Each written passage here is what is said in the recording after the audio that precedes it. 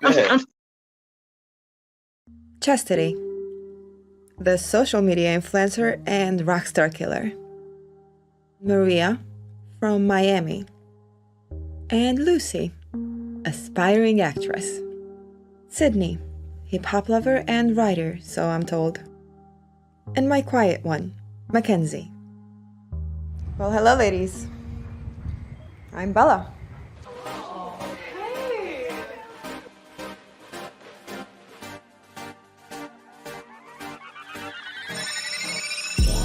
I have a question for everyone. Why do you think rich men cheat? Control. I'm going home. Don't go. Attention. You bring the total package to the table. You just need the right friends. Are you my friend? No, but you can be mine. And power. I stuck my neck out for you. Thank you! And I pulled the strings to get you onto this show. Take all three away, and he becomes desperate. So, what's with the apples? Well, it represents knowledge, wisdom, beauty, and power. Here, you will learn how to gain ownership of all. I'm gonna send you the money for the ticket, and I already have your room set up at the Palms. You do that, babe. Because once you have possession of the apple, no man alive will have power over you. You make it sound so easy. Oh, it's not easy. Brett, look, I'm sorry. Save it! Save it! I get no auditions. I'm gonna stop you right there. I get no callbacks. I really need to get upstairs. They stole all my money. I don't know who the fuck you think you are, but you're no better than the rest of us. Right now, they have a do not disturb until this afternoon. If they call you, great. How is he gonna call me if he doesn't? If not, charge it to the game. Make no mistake, ladies. In order to succeed in this game, you must be willing to play it out till the very end. This business is all types of savage. What are you doing? But if you follow my blueprints, I guarantee you will become a millionaire within the next 3 years. Possibly way earlier. So, are you ready to take that step? Another day, another dollar. Ain't about money, don't you holla. 100 miles and racing, and that money conversation be my only motivation, yeah. Up, y'all, this is Ray Lawrence, and you're watching Real Talk with the Director. Hey everyone, it's your girl Catherine Nunez, and you're watching Real Talk with the Director and the Council on the IE Network.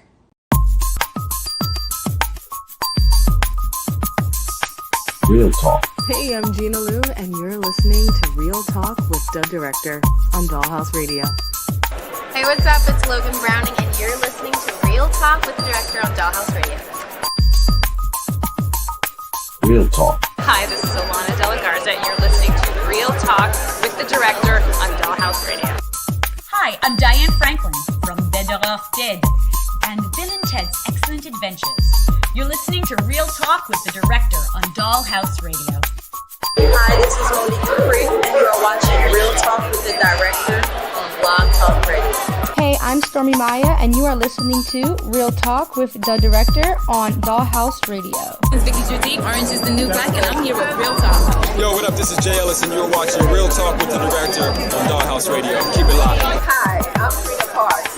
You are listening to Real Talk Radio with the Director. Hey, I'm Issa Rae, and you're watching Real Talk with the Director on Dollhouse Radio. All I'm offering is the truth, nothing more. Nothing more, nothing less. What up? Welcome to another edition of Real Talk with the Director and the Jedi Council. I am the Director, coming to you live from the B2S penthouse. We'll be with you for the next 120 minutes or so. Real Talk is brought to you by B2S Media. We broadcast live via the World Wide Web on youtube.com/IE Network TV and Facebook, aka Meta, the social network.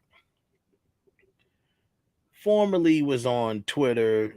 I'm sorry, formerly on the spot that was formerly named Twitter. I kind of decided to pull off of Twitter. Twitter's getting a little crazy, but it's all good. We'll be you'll be able to hear us on about 2 other platforms in the next couple of weeks. So it's all good. Soon to come, the Clubhouse too. I think we're gonna be taking our talents over the Clubhouse as well. So should be cool. Should be cool. Welcome back, man. We have, as you know, we got things that's going on. Strike is still going on. We got some updates on that, some other, latest developments. We also have talk about just movies. Barbie has hit a Billy. You got other movies that are out there doing well. It's looking like the people are going back outside and the movie theaters are getting back on track. That's a good thing. However, once that gets settled, they need to get this strike settled because, Tom Cruise did not really want the strike to happen. No one wanted the strike, but Tom Cruise was trying to negotiate for both sides. So hoping that they would come up because he does kind of represent both sides, meaning like he's not a studio, but he's a production company, works closely with the studios, and he's a producer. And there's no producers that are being affected by this strike as far as what the people are striking for. But he wanted to try to negotiate because he was asking SAG that if he could possibly still promote his film, like if they could give a waiver to the people who have films out, like right as the strike happened. As you know, we reported that the Oppenheimer cast walked out. They staged a walkout right at the premiere. That hasn't really hurt their sales. People still went to see it. It's over 500,000 at the box office worldwide. Barbie and them didn't have a lot of promotion. They was kind of smart. I think that cross promotion with Oppenheimer really helped both, right? So they were able to go ahead and promote a little early. So, and it worked. They reached over 1 billion. Of course, word of mouth, and plus, also how this happens is it becomes this craze. It became like a Barbie craze. Like people were going out. People were just, dressing up and going out to see Barbie. So whatever the reason may be, it made the billion. It did exactly what Margot Robbie pitched to the studios. She said this movie will be $1 billion movie if it's done right. So I'm sure her as one of the producers, I think she might be one of the executive producers. I'm sure that she got her a nice little bonus, after the fact. So good for her. Good for her.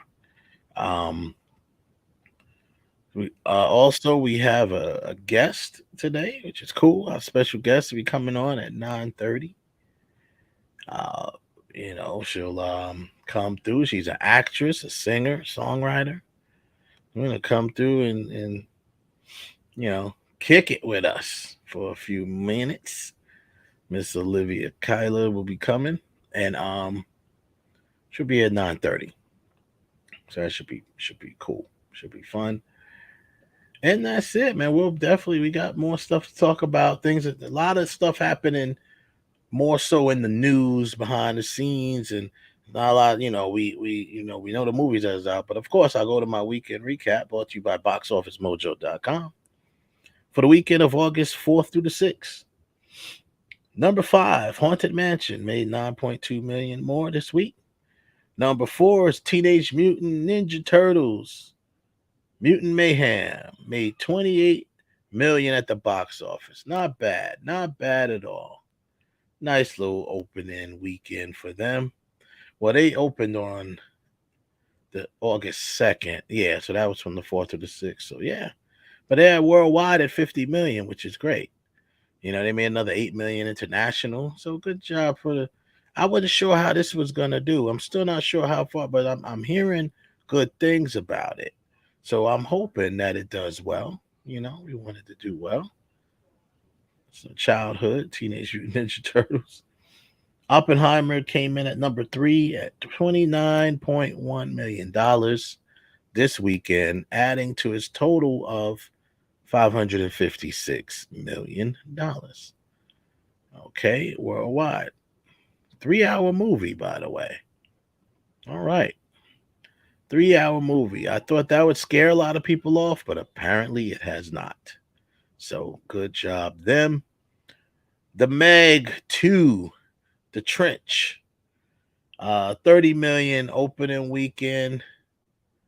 And actually 30 million domestic. It got international cream domestic. 115 million international, which brings their opening weekend to 145 million. Very cool. Very cool. Let's see.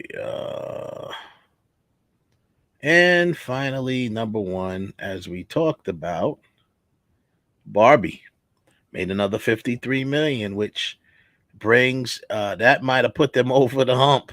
It brings the worldwide total of 1,033,000,000 and some change. So good job them. Good job. A little applause.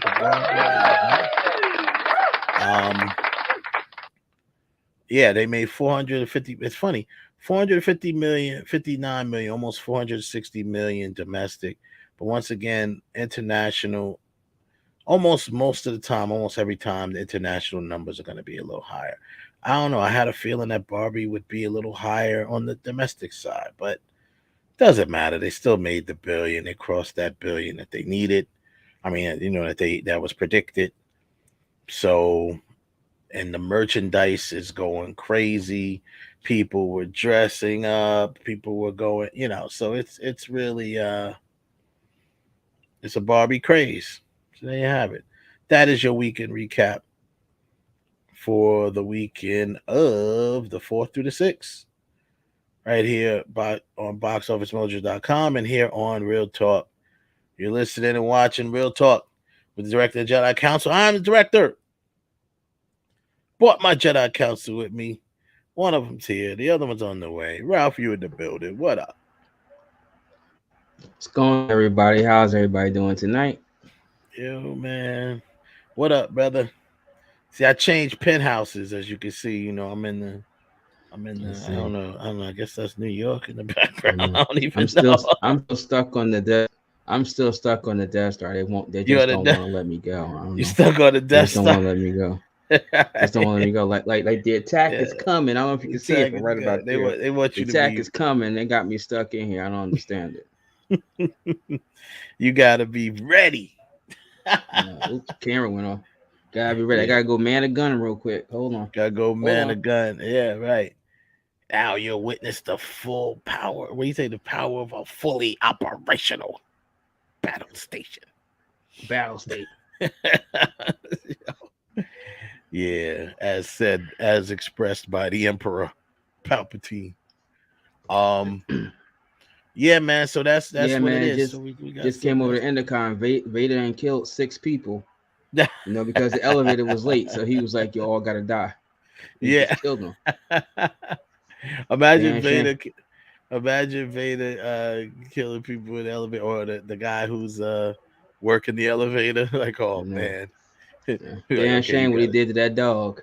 Yeah, it'd be like, you're gonna have to replace these guys. Would you want to be the guy replacing the guy who just got killed by Vader? Not really. I'll be like, oh man, can someone else do it? You know, Vader would choke somebody out because they did something stupid or said something reckless. So he would choke somebody out, and then they'll just drag him off. And what do they do with them? I guess they throw them into space, right? Yeah, but you know the sad thing is like when he be killing people, right? They drag the body off right in front of the person that's taking the guy's place. So you're That's like, got to take his place. That's got to me. be stress. This has got to be stress, man. That's got to be the biggest stressful job ever. You're taking the place of this guy that Darth Vader just choked out, and we just dragged him aside. We're like, okay, you take over now. Right in front of you. Right in front of you. Now it's your turn. Oh hell no. Hell no. I don't know what's worse. Is that worse than being picked if you're an ensign and you got to go on a mission in Star Trek? You know you ain't coming back. They'd be like, "Are we going to take Spock, man. Bones, Captain Kirk, and Ensign Smith?" Like, guess who's not coming back? Yeah, instance. Yeah, I'm probably the person that get. I'm the guy that's going to get transformed by the Borg into a robot or something like that. But I mean, I don't know, man. Always cracked me up when I'm like, oh, I've never seen this guy before. I probably won't see him again. You won't ever see him again. When you watch Star Trek, and I used to watch the original one, and every time you saw some dude, I'm like, who is this dude? Oh, doesn't matter. He's not coming back. They're going down to whatever planet, and he's gonna be the one to get phased. He's gonna jump in front of Captain Kirk's phase. If the bullet meant for Captain Kirk, he gonna take it. Exactly. Smith goes out like a trooper. Nah, that's too funny. I'm a step in the way. Hell no, I want to go back to the ship. I want to be remembered. He wants to be remembered, man. Just honor me. Just honor me. Just make a plaque. That's so bad. But yeah, I think that's because what can you do? You can't turn it down, right? Like you can't say, nah, I don't want to go. That's right. That's right, because you're disobeying orders. You can't disobey orders. So you can't disobey an order. So they're like, okay, Ensign Smith, you're with us. Be like, wait, why? Wait. Why? Like, you got Spock, you got Bones. You can't get somebody else? You can't get somebody else. Take Scotty. No, we need Scotty to work the transport. Scotty got to beam you up, so we can't take Scotty. Jeez. Take a horror. Somebody. Yeah, man, that's funny. I always thought about that, but yeah, I think it's more stressful actually being on the ship with Darth Vader. That's even more stressful. Because at least with the ensign, you have a fighting chance, right?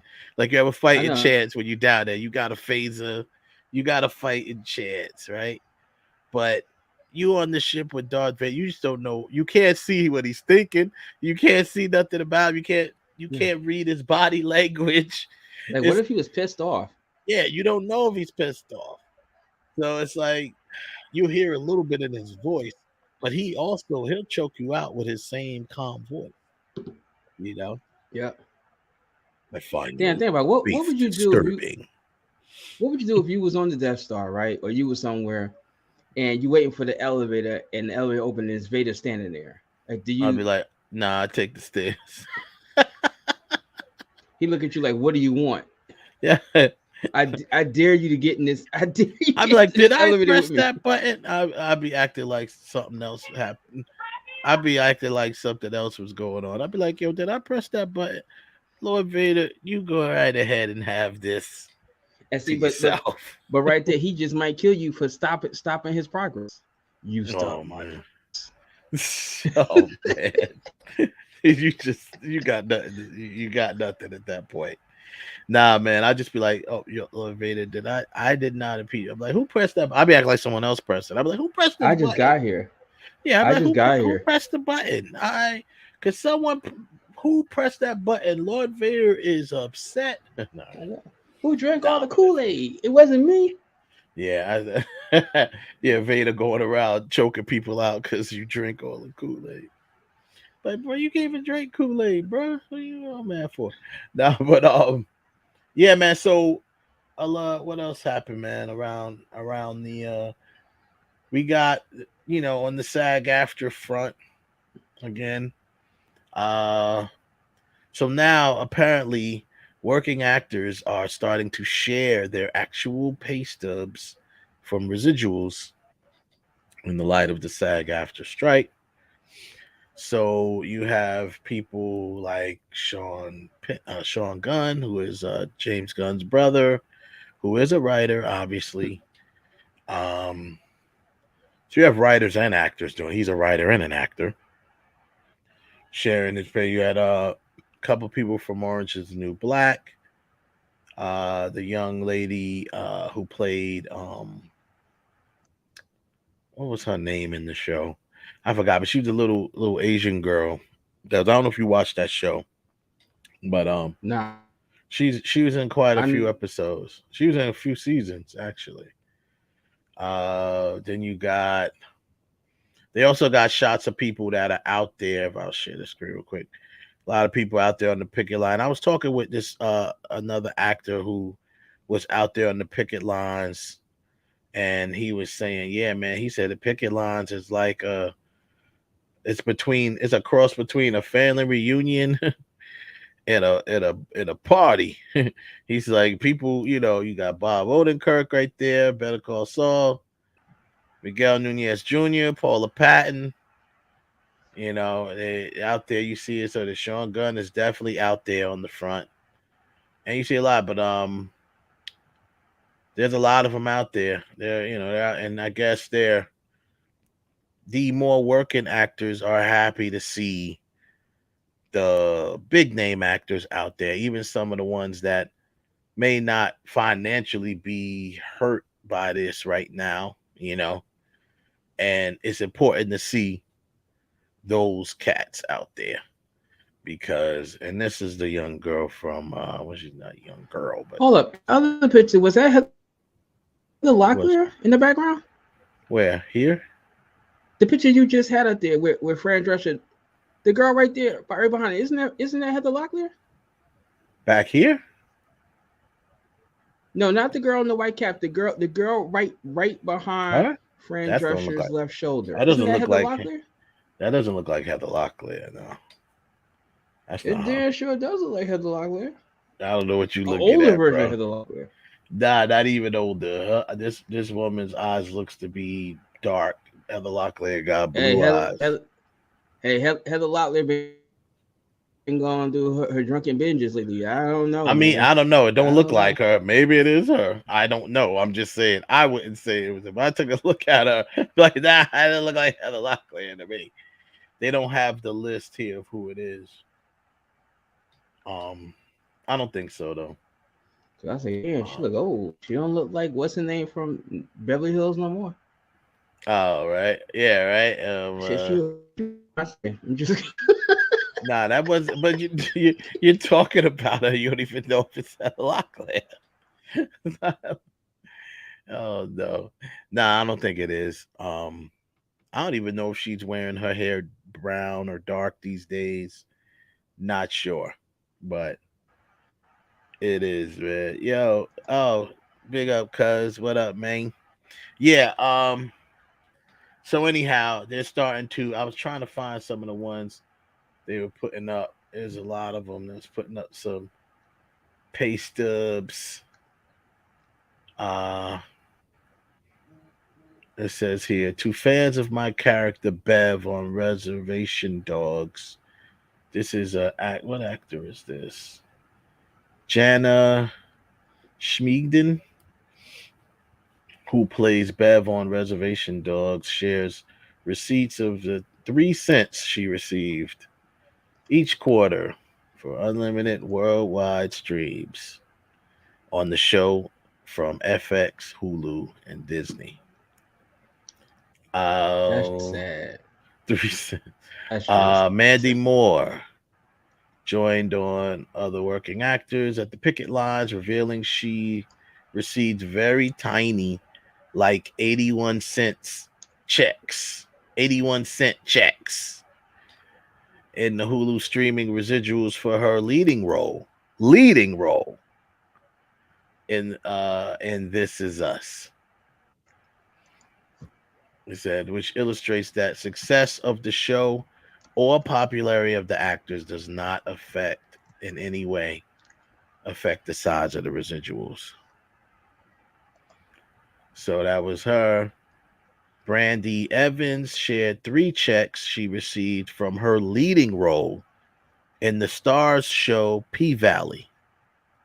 $3.99, $4.67, and finally a check for only 1 cent, despite the show being one of the most popular shows in Stars history.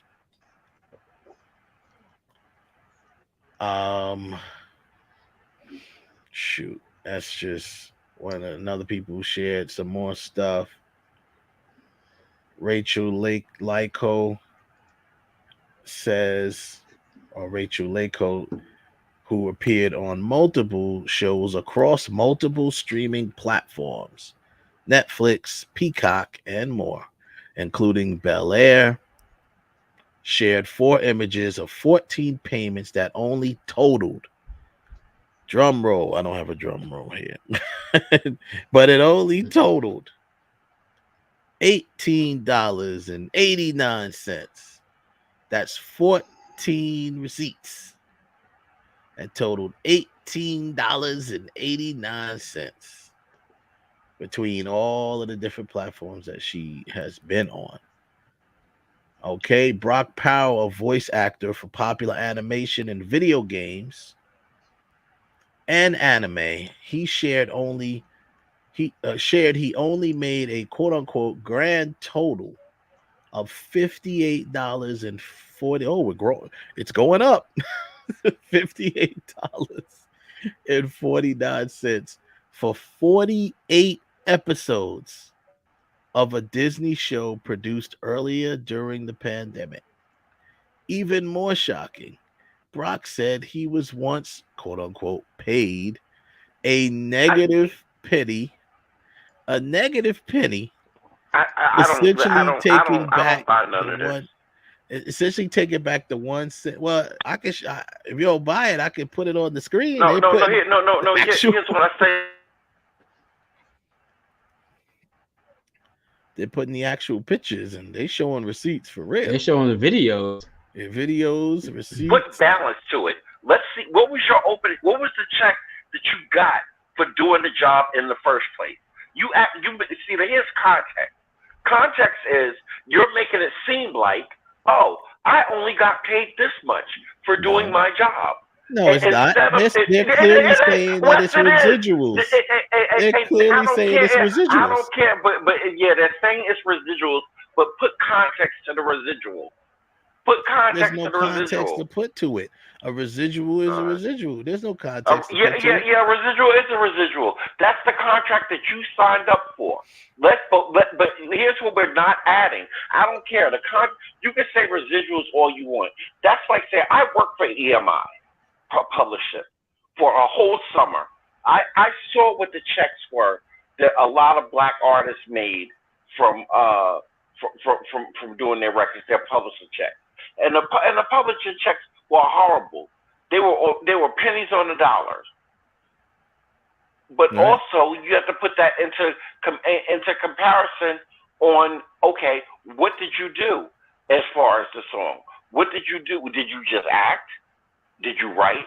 What did you do? What was your actual? I just told you, Mandy Moore was the lead of her show, and then the other lead from P-Valley, leading roles. So that's what they did. They contributed. That was the point. They're showing that what you contribute to the show has no effect on how your residual is. It doesn't matter how popular you are. It doesn't matter how much you put into the show and how well the show did. That was the point. That's the person, again, Brandy Evans from again, it should. P Valley obviously is going to be. See, again, context. P Valley is a star show. That is a cable. It is a cable show. So Right. your residual is going to be different than that from somebody who's on USA Network or who's on Fox 5 or ABC on an ABC network. You are Agreed. 100% right, which is why they're striking. Agreed, Mandy Moore show was on NBC. I think that show ran for This like Is 10 Us, years. So on Peacock. That's where we ran for a long time. So it went from NBC to Peacock, I guess. See, and that's the difference. Right. See, when it was on Peacock, that's one thing. When it's on stream, again, streaming services are only Peacock is the streaming. Peacock is the version of- streaming. That's the That's streaming what I version. mean. Yeah, Peacock is the streaming service, but it was on. But there's a difference between Peacock and NBC. Right, and it shouldn't be. That's why they're striking. No, there is. There totally should be a difference. No, it shouldn't. Because it should be. Or at least not that much of a difference. From a business Not that aspect, much of here's a why. difference. So I agree. It should be a difference, Kev, but not that much. Not Yeah, it just should be that much of a difference. 'Cause here's the difference. It is a difference. The difference between streaming. Here's the difference. TV is ad based. Now, if you're Peacock ad based, then yes. If there should be a difference between Peacock that of what you're getting. Peacock came out the gate ad based. They've always Okay, been then then that's a different story. That's a different story. They've always been ad based. But see, this is where you always miss the point, Kev. And I'm gonna tell you. No, I ain't missing the damn point. I'm telling you where you missed the point. You're talking about you're thinking or acting as if they're showing this just to show people what they're getting paid. Yeah, they're showing what they're getting paid. But the real point of doing this is to basically prove their point but I'm not missing the point. No, because you're talking about point. because you're talking about the point is what. still context. Let me finish. But the point is still context. If you want people to understand the balance. There is no balance. That's the point. There's not a balance. But you're not listening to me. If you want people to understand the balance of this is what I got paid as a whole check up front versus this is what I'm getting paid on the back end. Because that's the difference.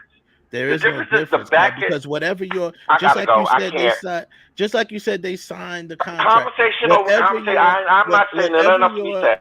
Okay, whatever else you got paid up front is irrelevant. They're talking about residuals. That's what they're striking about.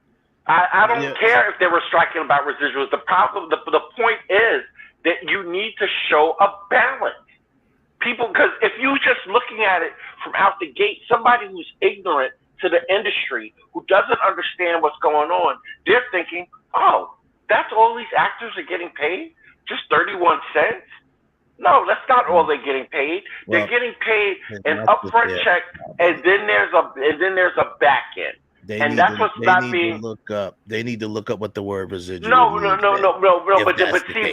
Because that's just not the case. Like I said, and you still never let me finish my point. The point is, it's not about what they point. The point is, the bottom line is, there needs to be balance. There needs to be balance. I'm not saying that they should not get higher residuals. That's not what I'm saying. If Mandy Moore said, "Okay, I get paid $30,000 an episode," I'm just throwing that out there. I don't know what she gets paid an episode. I get paid, $30,000 an episode. That's my salary for this show. My residuals is this. It doesn't change the fact that she's getting no money back in the residuals. It doesn't matter what she's getting paid up front. But you have to explain what the residuals are and how they are. And then on top of all of that, you're getting $30,000 an episode. So that doesn't mean nothing. What does that mean? That doesn't mean nothing. Kev, you should know that because you did not just say that you were an engineer for EMI for a summer, right? and those artists got paid for doing a song, right? Let's just sit there. One of the people that you did a song for, right? That song, you thought the song was okay. They got paid for it, but then somebody in a different medium heard the song and decided to put it into a commercial or a TV show or something. And now the song takes on a second life, right? Yeah, the artist got paid. But as the engineer, I don't see. Here's the difference. As an engineer, an engineer only gets paid once. You get paid for engineering that job versus a songwriter who actually wrote the lyrics for the song and the person who actually sang the song. Now, if you wrote the song, then for every time that song appears anywhere, you should get a check for that. And that's your residual. So that's what's happening to the writers too. The writers are writing the shows. But I'm not talking about the writer. I'm not talking about the writer. It's the same problem. With that rationality that you just said, if you wrote a song, and let's just sit there and say, for the song, for every time the song gets repeated, you get $4. Like every time it come on the radio or come on MTV, BT, whatever, you get $4. Or no, let me rephrase that. If someone buys the actual record, you get $4 off the record, which is really you get $4 record, right? And that also includes when it goes to CD singles. It includes if someone uses it in a movie. All right. Yeah. Later on down the line, 5 years down the line, there is now you got streaming, and someone wants to use your song for a streaming service for a commercial. Do you not think that you just said you should get a residual for that because that's still your work? But if you were originally getting $4 per time it was used, and now the streaming service said, well, we want to use your commercial, we want to use your song, our commercial to promote our business, we're only going to give you a cent. Don't you think that's kind of drastic? That gets a real drastic drop. Big drop. But here's the thing.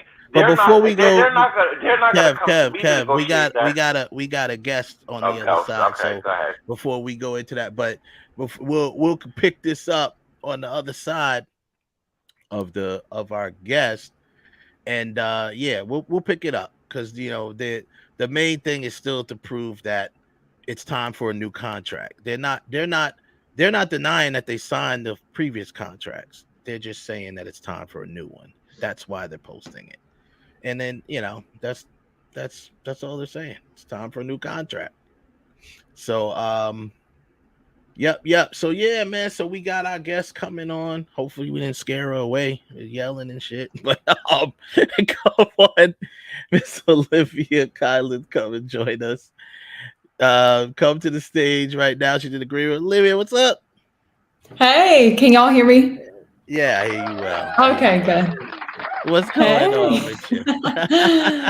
Good. Yeah, this is what we do. This is what we do every week. We hash it out. So a lot going on with this writer's strike, and it's not just a writer's strike now; it's a writers and actors strike. Yeah. So how you doing? I'm doing good. Just writing a lot of music lately. I'm working on an album right now. Oh, really? Okay, that's what's up. How far are you? How far along are you in the working on? So over the last 2.5 weeks, I've wrote about 6 songs. So it's going pretty well. My goal is hopefully 10 songs, but we'll see how I'm feeling. And it's really cool because it's a different genre than I usually do. I usually stick in the realm of like either country or indie alternative pop. But now I'm going to do like funk pop, kind of 70s, 80s style, mixed with indie, mixed with pop. So it's like 4 genres in one. And then a little bit of bachata, which is a Latin style of music. Yeah, bachata. So now why the switch of genres? What's getting you in that mood? It's just how you feeling? You want to write that? Yeah, exactly. Because I like all genres, really. That's the thing. Like, I'm the kind of person, like, if you're in the car with me, classical will come on, then like something totally random, so different. I never stick in one realm. So I thought, why am I just choosing one realm when I like all these genres and I like to write to them? So I decided, you know what? I can mix them together. So that's what I'm doing now. That's what's up. Now you're originally from what, North Carolina, right? Is that where you Yeah, from? I Where you originally am. from? Yeah. Mhm. Right. And now you're out in LA, right? Or out in Cali. Mhm. That's Yeah. what's up. So how long you been out there though? About 5 years now. Oh, 5 years, nice. yeah. Okay. Uh-huh. All right. Yeah, so I Very good. came from North Carolina. I packed up my car, saved up my money, said a prayer, and drove 36 hours over here, I believe it was. It was a long drive, but That's a long yeah. drive. Yo, that's yeah, yeah. You know what? Give me some applause for that. That's you know what I'm saying? That's really we all know as artists, the hardest thing to do is step on that leap of faith, step out on that faith and just say, you know what, I'm gonna make this move and whatever case it be. I mean, you don't know if it's gonna work. It does work. If it doesn't work, but you putting it out on faith. So it takes a lot Yeah. for people to do that. It takes a lot. Trust me. I've been put in the I've had the opportunity a couple of times and didn't take it, to be quite honest with you.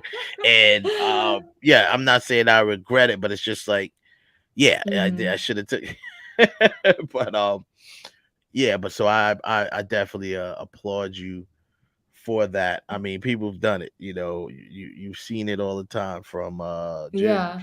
From Jim Carrey to Spike Lee, Yeah. Spike It's true, but Spike packed up his stuff, put his film under his arm, Mhm. got in his hoopty, and drove all the way to California. Yeah, it's the So truth. It's hard, but what's cool about LA is you come out here not knowing anyone. Like I didn't know anybody. It's funny because someone in my family is like, I think we have a family member living out there, but I didn't know her. So even still, it was like a stranger to meet her. yeah, But the yeah, cool thing is a lot of artists and creatives and filmmakers, actors come here pursuing that because there's a lot more opportunities here.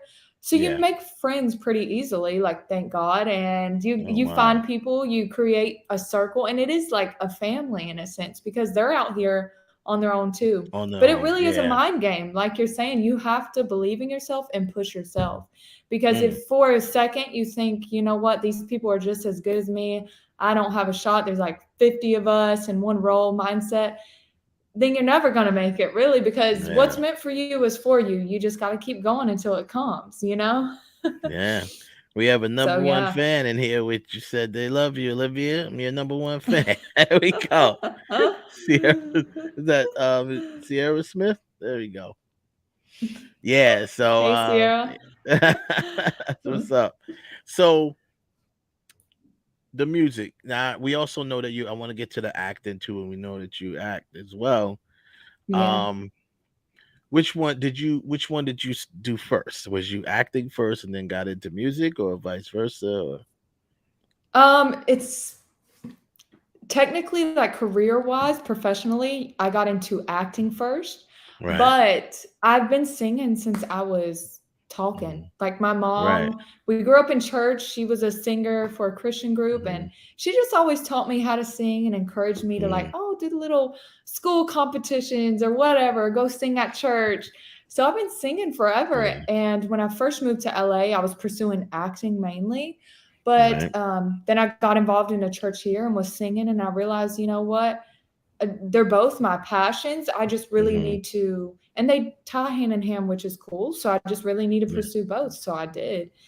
That's And it's what's been up. going well. Yeah. Yeah, that's what's up. That's what's up. Yeah, I've been, looking at your stuff and listening and stuff like that. So now I know you sent us a music video and we're gonna play that probably. We're gonna play it in the future, going forward if you want us to, if you Okay. like us Yeah. to, we'll definitely do Sure. that. Uh-huh. But yeah, man. So but that style felt like the other style you was doing, kind of like Yeah. That is the the previous country. style. All this Yeah, new stuff yeah. is not out yet, but it will be. Okay, okay, okay. It was cool. It was cool though. I was like, Thank okay, you. that's her vibe. All right, cool. Mm-hmm. Now it's gonna be interesting to see. It's funny. I'm seeing a lot of people. We've been interviewing quite a few people who do like yourself that are actors and singers, and they've been doing new projects and switching up their styles completely. We had Yeah. another young lady on a few weeks ago did the same thing. She's like switched her whole vibe up. But I mean, hey man, music is expression, so it doesn't really matter. You shouldn't have to Exactly. be in the box, whichever way, whatever you feel like, doing. So now, are you working with anybody that on this album? Are you just kind of like producing the whole thing yourself, or? Yeah, so I am working with International Dynasty right now. So Of course, my they're man. just Yep. helping develop me as an artist. But the Mhm. music writing process, I write everything myself. I don't Mhm. produce the music. So we get Right. that from other producers. And since I Okay. like a variety of different things, they're Yeah. from all different producers. None of them have the Mhm. same producer, which is Nah, funny. And that's like you cool. mentioned, yeah, it's cool to switch up because at the end of the day, realistically, you're not all one thing. Like, even though like you're a director, you're not only a director, you're multi-talented. And it's the same for music, in my opinion. Thank you. Like, I don't just like indie pop. I like Right. funk. I like 80s. I like all that, Yeah. So it's Yeah. cool to intertwine things. Yeah, that's cool too. So Mhm. when you write in songs, I always ask writers this: do you prefer to write to music, or do you write the song first and then just search for the song, search for the music that fits the song? Yeah, so I've only done the like searching for a song after I've written the lyrics once before, and that's just not my method. It ain't for me. A lot of my Yeah. friends that are writers, they do that. But for me, it just kind of felt more like poetry, which I love writing poetry. But if I'm gonna Mm-hmm. write a song, I want to feel the song first because it gives me the idea. Yeah. So when I'm writing, I like to hear the song first. Like, I'll go through a catalog and be like, okay, I'm just in the mood to write with that one. It's resonating with me. And Mm-hmm. then I'll just go from there and just whatever I'm feeling, whatever it makes me feel, I'll just write that out. That's dope. No, I mean, yeah, I Mhm. mean, it's funny. I mean, I don't consider myself much of a songwriter. Obviously I've written songs before, but definitely I started doing it when I did it without music. But I could compose the music myself though, because I'm a musician. Yeah, But you play. but you Mhm. know, you know, but at the same time, I'm limited. I only play a couple of type of instruments, so I still have to bring other people in to work Mhm. on it. So yeah, I always ask people what are their preference with that, because it's definitely easier to write to the beat It or is whatever. for sure. Yeah, because you feel something from that and it gives you inspiration. But I Yeah. do what's funny, in a way, I still kind of use that second method, Hmm. because, like, randomly, if I'm driving in the car, Hmm. things just pop in my head, like lines, and I'm like, "Oh, that would be a good song lyric." So then I put it in the Yeah. notes on my phone. So later when I'm Hmm. writing, I'll just pull out I have a bunch of random lines of it doesn't even make sense altogether when you're reading it. You'd be like, Yeah. "What Yeah. is this?" But in my head, I'm like, "Oh, this is a line I wanted to use for this type of song or a heartbreak song Yeah. or something like that." Yeah. Yeah. It's kind of like it's easy to do it. Obviously, we used to also write hip hop. Myself, Kev here, Mhm. he write hip hop, Oh, write nice. rhymes, and my brother. So like you could write rhymes to no music. You know what I mean? Like you Yeah, can write. yeah. You don't need music to write rhymes. Uh-huh. Matter of fact, most of the time when you wrote them, you didn't have music. Or I would write rhymes to like another song, like another track. It could be a track that's Okay. already out there, and you write something Yeah. to that if you don't have a track. But when it comes to Mhm. writing, and actually my brother, who is a very good writer, he used to write songs like that too. He would write a song to like another famous song, like another famous beat, but he'd write his own Yeah. song to it. Oh, nice. Yeah, he should do that a lot too. So, which was like, okay, then when it's time for us to, then he'd come to me like, okay, I need you to produce this beat. It kind of should sound like this, but not something. And I'm like, oh no. Yeah, but that's cool though. With the actor side of things, so you first came out there to Cali, and you got into the acting, and what really kind of how'd you get that popping? Like it's good to hear. I want you to kind of tell us a little bit about how you kind of even got in that position to do what you was doing, because people want to know. It's like everyone, in case you got someone out here thinking about making that leap and going, it doesn't have to be California. It could be going somewhere else. It could be here to Atlanta. It could be somewhere else. But they Yeah. think about stepping out on that faith. What brought you to that point? So what brought me to the point? Number one, for me, my inspiration is always from God. I feel like the great ideas are not from me. So that's where it started, my love for acting. I just felt like, oh, this is the path for me. For some reason, I felt that heavily. And then to get into acting, when I came out here, to be honest, like I had no idea how to get in the industry. I didn't know. I was out here mailing a letter and headshot. They don't open that. And I didn't know, I have Yeah. no idea. So I came out here. The first year was a lot of trial and error. Like I was so worried about mailing a headshot and a resume when I didn't really have much on there. And I didn't realize, like, a year later, I ended up getting all of them returned to sender, all of them back. They don't do that anymore. But I don't know anyone in that realm of the industry. So I just kept trying. And then I met people like through Instagram, or that's another thing, like just constantly Googling things about actors or Instagramming, like hashtag actors LA. And I'm like, oh, this actor tagged this casting company. So then bam, I was on that casting company's Instagram looking for their next casting. And that's how I slowly got into it. You just got to find your way and do research like you're a college student, but about your career path. So I'm just on there stalking actors, seeing where they are getting their castings. And that's pretty much how I got into it. And then I took classes out here, and a lot of the classes are really cool because the directors or the coaches, exactly. They bring in agents, they bring in directors, and then you network and you meet. And they're like, hey, you know what? You'd be good for this, or audition for this. And that's how I got into it. So it took a lot of time. Just a lot of trials, but I figured it out. No, that's beautiful. You got to do it that way. I mean, the way, and you got your fans in here. They're all fighting on who's the number one fan. So which is cool. That's what's up. I like that. Support your person always. So exactly what you said, that going out there and you know what else is a good reference, or a good good reference point is imdb.com, where you're the internet movie database. And then if you really want to take it even deeper, and you go and join IMDb Pro, which is just the paid version of imdb.com. You can even do it for a month or two and then cut it off if you want to. But what that does is it gives you access to, so if you look up an actor on IMDb and you go to switch to the Pro version, not only will you get to see that actor's all of the movies that they were in, you'll get to see their contact info, like their management, their publicists, their agents. So like then you can find casting directors, everything on there. So it really kind of digs into the deep side of the industry.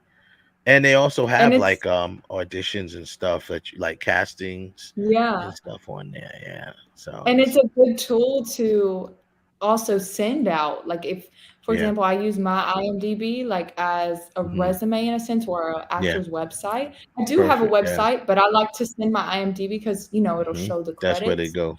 That's where they go. They'll see my shots, my demo reel. So I love IMDb. It's a great tool. Exactly. It's a great tool. There's another one, I forgot what it's called. It's a Variety. I would say like go old school. I was about to say Variety. Or, Hollywood Reporter. Yeah, you can go to a library, especially a couple of them. Variety. I don't think I've heard of that. Variety magazine is one of the major trade, one of the like 3 or 4 major trade magazines that report on stuff out there. But they also have their own like an internet movie database. They have their own one that's all strictly industry one. As a matter of fact, a lot of industry heads go to that one too, because they know if you're on that one, you're serious about your craft, because it costs a little bit to be on it. You know what I mean? So they really go to that one. But it's that Variety one. Yeah, I think he said Hollywood Okay. Variety Hollywood Yeah. Reporter. And with you being in LA, I found this out this year when I was in LA. I was in the W Hotel Hollywood Boulevard. I was visiting a friend of mine's, and they actually the hotel. You know, when you go into some most hotels that where the reservations at, they actually have the magazine there for people to take. So you could just walk to the hotel, Oh walk around Hollywood wow. Boulevard, grab a copy, and walk out, and keep on going. I mean, I Yeah. think now That's nice. magazine weekly is like $9. It is expensive. But if you Mm-hmm. go to the library, you can always, Check them out. Yeah. So it's Wow. get for free. And I'm that's quite the sure the way place that in it's LA. been that way for the longest. But yeah, but you know, IMDb, that's why they created IMDb Pro to kind of like be on par with that variety. It's called Variety Mhm. something. I just gotta find out the name again. But Variety obviously is behind it, but it's like I think it's called Variety Insider or something like that. And Okay. that's their version of the Internet Movie Database. Like, and you could Wow. tell when productions are shooting, you could tell where they're shooting.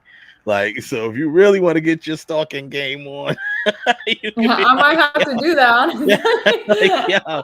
Oh, word, I'm they not shooting ashamed over of here. it. Yeah. That's right. Hell no. But yeah, that's right down the street Yeah. from me. Like, yeah, about to head out there. See Yeah. what I can see. Yeah, you know, so that's definitely it all comes in handy when you do all that. It's very important to stay on top of things. I like what you said, how you did it too. Just go into an acting, you know, some sort of workshop or anything like that. You Mhm. know, if they don't have any of that stuff that you said that yours had, then I wouldn't really consider them legit. Like, you know, everyone who's, Exactly. you know what I mean? You always you meet Yeah. people, they doing stuff. If you're an instructor, right, you know, you should be able to have some sort of situation, you know, to put your class, your students in, you know what I mean? I mean, Exactly. Yeah. that's on any And I think level, that's you a know. Yeah, and that's a really good point for anyone who is like trying to pursue acting for the first time.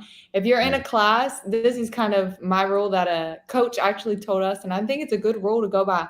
If your Mhm. acting coach or director hasn't even been on the set in the last not even a year, but 6 months, because it changes so much lately, they're not Mhm. valid. What they're teaching you is not going Yeah. to be valid. Camera Right. angles changes every method they Yeah. could teach. So Mhm. it's good to always look like, what kind of work have you been doing? Because you just That's want to true. be up to par, you know? You You wanna be want to up to be the par, best and when you go on set. that's a Yeah. true statement. Doesn't mean that they don't know anything. It just means that Yeah. they're not in the trenches. So, you know, Mhm. you can learn probably what they're teaching you in a book. You know what I mean? Like you don't have Yeah. to come and take their class or YouTube University, as I call it. You can go on YouTube and probably learn what they're teaching you. But what you really want to know is, you know, have they been on set like you Yeah. said, anytime recently, 6 months, even a year. I'll take a year, you know. um get, you know, so they gotta definitely, and I think to add to that caveat, I think I would also say they need to be able to I mean, you can go and learn from them, but Mhm. they have to know somebody else that can carry you further, let's just say. So if it's a coach and they, like you said, they introduce you to a casting director, Mhm. or they introduce you to a producer or someone, doesn't mean that it's not their responsibility to do that, but I think it always helps if they do, because more than Yeah. likely they know somebody. You know what I mean? And Mhm. I don't care who it is. It could be a camera person, you know what I mean? Because a lot of times, Yeah. you know how this industry is very small. So if you It's a lot of connection there's a lot of based connections. It's all about booking. Yeah. connections. It's like Mhm. I always have a saying that I always say, it's not only about who you know, it's who knows you, right? Yeah. So people need to kind of, you know, as you go out there, you meet people got to meet you, and they're like, oh yeah, I worked with her, she's very good, or you know, she's cool. Sometimes they just work with you because you just a cool person, you know what I mean? Like, yo, she's a really sweet person, man. I you know, blah blah blah. Yeah, let's work with her, you know, a lot of times. So Yeah, I that's happened to me so many times where they'll call me up the day before, like, "Hey, you know what?" Like a director or someone that I spoke with at a last shoot. we had an actor cancel last minute, and I just know that you're pretty flexible and you were cool to work with. Can you come in? And if I'm free, Yeah. you Yeah, know. of course. So, and And it's important to build those connections and that is get in there. important.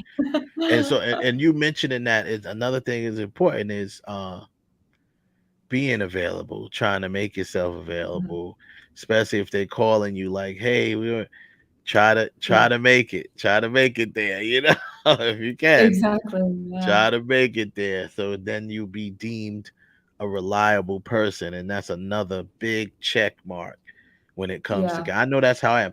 I work with a lot of the same actors because the ones that prove to be reliable to me, I call them back for every project. I don't care. Yeah. So it's like, Because they're hey, respecting your time, yeah, It's the same they in respect my everything. time. Yeah, it's with Yeah. everything. So it's like, oh man, I call you back. You want to play this? You want to do this?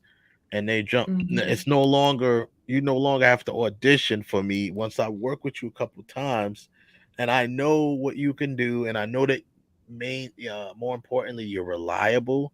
Then it's not even audition. It's like, do you want to take this role? You know what I mean? That's So cool. yeah, Yeah. and they're like, "Oh yeah, I'll Nice. do that." You do that. And then that happens. That's cool. So now let's get back to music. So you say you're 6 songs in, and Yeah. trying to write an EP, right? So you want like 10 songs. You say you'd like to stretch it too. Maybe an album, yeah, because I think that would be enough time length to be a full album. So Yeah. that's the goal right now. You got another proclaimed #1 fan here. She said, "No, I'm the #1 fan." I love it. That's what's up. Yeah, that's about 3 or 4 different people now that's proclaimed to be your Hey y'all. #1 fan. That's awesome. Wow. That is awesome. That's awesome. Yeah, that is awesome. Yeah, so 10 songs. I think 10 songs is good. That's a good, nice, even number. Yeah. Really get it in there and we And each one gives a little different flavor, so I feel like 10 would really showcase the palette.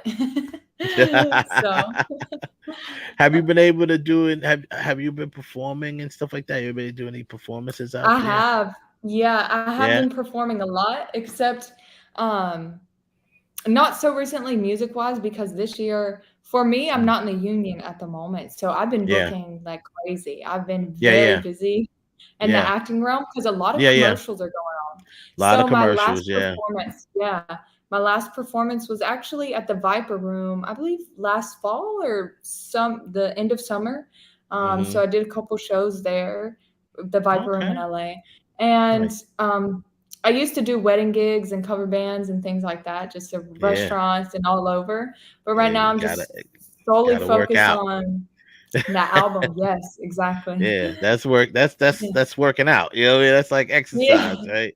When you do those cover songs, doing the cover bands, doing weddings. Yeah. That is vocal exercise. That's what it is. It Working out. is. So, it's like the comedians when they do the comedy clubs, right? You got the big comedians, Kevin Hart, even Eddie Murphy, all these people, Eddie Murphy said he'll never go back to do a stand-up movie until he goes back to the comedy clubs. That's what they do. They have to work out, right? They, get back into the swing of things. So that's cool. But so you've been doing some commercials. I know it's been a lot of commercials going on because even the union people, union actors can still film commercials. Yeah. Right? Yeah. That's what I've heard. Yeah. Yeah. They can still film commercials. There's very limited stuff that they can do, but now you start seeing like A-list actors in commercials. You're like, wait, where did they come from? Like it's a lot because what happened was they foresaw the strike, on the horizon, and they just started taking commercials. So they might have shot these commercials before the strike even happened, but now they're starting to air. They're just gonna keep on doing it for a little bit, probably. Because commercials, you actually get good residuals because it's not the studios paying you, it's the company. So the company, whatever is negotiated in the company, you get residuals from a commercial gig. So that's cool. So you and gifts. Don't forget that gifts. Well, yeah, you stuff. they give you They stuff give you the too. stuff to use. Yeah, I Yeah. know. Just last Tuesday, I actually shot a commercial with Jason Derulo for his drink brand Trio. Oh, nice. And Nice. or Trio, and they gave me like a whole slew of those drinks. Yeah. I've been drinking like- them all week. Drink You want that Trio. Mercedes-Benz commercial? Like, well, no, I can't advertise your product if I don't have a Mercedes-Benz to drive. And they say, well, here's some.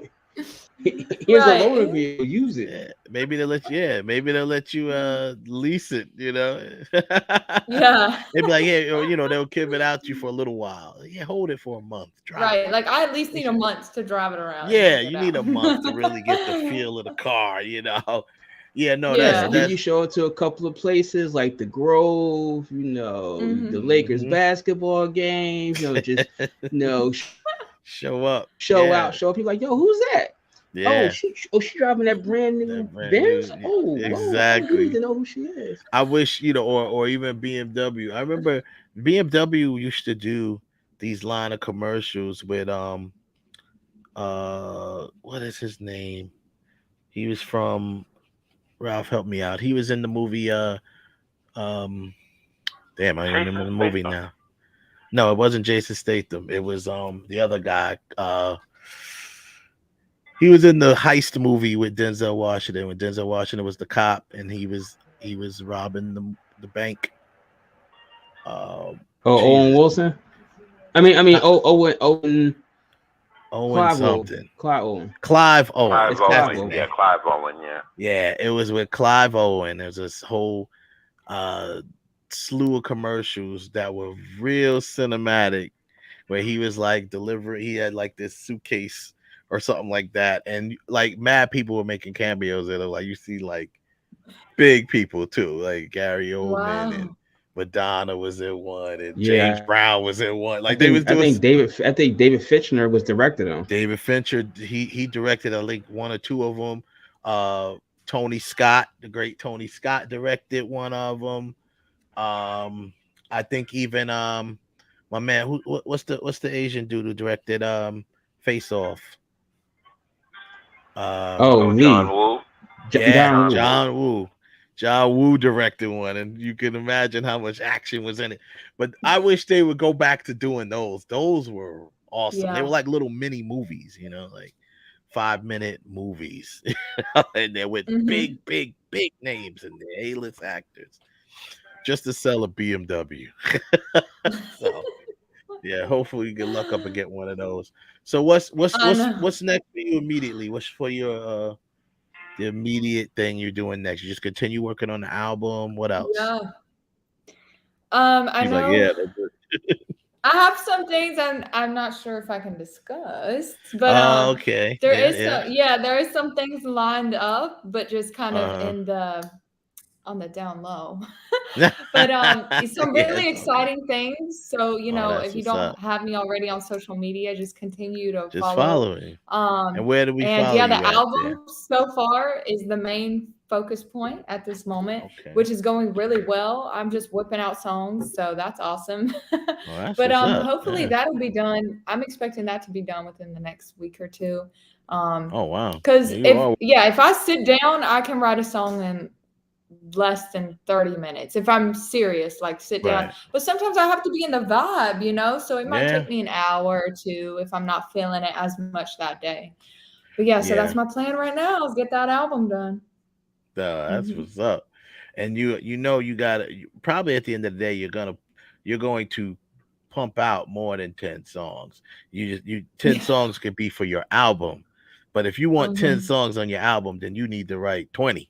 So you can so you got something to choose already from. Ready lined up. Yeah. Right. So you got something to choose from. You say, okay, once you feel the album and where it's going, and if the album has a specific theme or whatever you're doing with it, you'll be like, okay, I think I need to move this song out, put this song on, get that vibe going, and because it's still storytelling, right? From the whole time. So exactly. That's cool. Let us know, or let everyone know where to find you, where to follow you, so they can find out this secret thing you got going on here. So you can find me at any social media at Olivia Kyla G. And yeah, YouTube, Instagram, TikTok, all of that, Olivia Kyla G, and a Facebook page. Oh yeah, all of that is the Mhm. same. Yep, Olivia Kyla G. And yeah, All hopefully right, I we'll will put that in the be chat releasing room. snippets of some of the album songs soon. So Oh we'll yes, see. and make sure Yeah. you get that over to us. We'll definitely support. And yeah, man, like what we're doing is we're putting together a little thing where we starting to show more stuff like commercials and music videos and stuff like that. Oh, So nice. we definitely got you in the slate, to Okay, show nice. your video.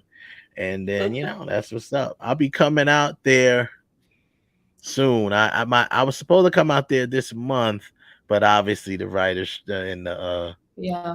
the strikes kind of pushed back Mhm. my trip out there. So when I get out there, I'll definitely look you up, and Yeah, let me know. we'll be out there, man, doing our thing. Yeah, man. So we appreciate you joining us and hanging Thank out you with for us. having me. I'm out Yeah. there. I'm out there next week. If you're doing something in LA, please let me know. I will show up. I would love to show up to your music. Yeah, if you're doing any Okay, shows or thank anything like that, you. let us know because Thank Ralph will you. be out there I next. Oh, will. this month he'll be out there this month, next week, in a couple of weeks, Okay. and I'll be out there hopefully September. We'll see. Oh, that's soon. Okay. Yeah, September. Hopefully, as it gets closer to Yeah. things dying down with the strike, then my agent was like, "Yeah, let's push it back. Come out, maybe Mhm. sometime mid-September." So we'll see. But yeah, I drop your tag in the chat room and make sure everyone go out and follow you. And we appreciate you coming out, Miss Olivia Kyla. Thank you for Having me, joining us. y'all. You have a good night. All right, y'all too. Bye. All right. Peace. Yeah, there you go, Miss Hey. Olivia Kyla. Do the thing. Doing the thing. Yeah. So yeah, man. Look, all of her supporters, man. That's what's up. That's what you're supposed to do. Your supporters are supposed to flood whatever chat room or whatever platform you're on. They come through, man. That's what you're supposed to do. Remember back in the day, that was the Yeah. I know Kevin remember back in the day, that was the performance. That's what you had to do when you do a performance, man. Bring your crew, bring your performers, bring your supporters, make sure they out there supporting you. They gotta come deep. Yeah. You gotta walk in there deep with your people. Word up. I remember cats doing that. I mean, I had to do that myself too back in the day. We performed at like a Hempstead Day one time, and we had like bad. It was funny because like the girl I was dating at the time bought like bad chick. We pulled a 5 heartbeats on them. We was like, yo, it's like bring all your girlfriends. And as soon as I grab the mic, they should all start fainting. They should all start screaming and fainting. So yeah, that's how you gotta do it, man. But that's cool. That's real cool. Yeah, so going forward, we're gonna be showing things. We'll show her. She sent us a music video, but I mean, I'm gonna start taking. I've been starting to take on like movie trailers and stuff like that for people. So we'll start showing things. Take little, not breaks, but yeah, kind of take little breaks and show certain things throughout the shows and even before it starts. Like if we start, which reminds me, this announcement is starting next week. We're going to switch our time. Our start time will be bumped up an hour to 8 p.m. Eastern Standard Time, and we'll do that for a little while, see how it works out, and then we'll go from there. That's what's up. So I want to continue with the news stuff real quick because there's a few things in here. Oh, this one I wanted to definitely wanted to talk about. Let's talk about Jalen Fox. Huh? Said let's not leave out Jamie Foxx. Oh, he said, "Oh, Now let's Jamie talk about Foxx." that Alabama beatdown that went Oh, down yesterday. Let's talk about that. yeah, we'll get to that. Oh, we gonna end the show on that one. Don't worry, I'm getting to that in a second. But Because that's the greatest thing I've seen in a long time. that I is was just like, hilarious. wow. Okay, so I wanted to say this.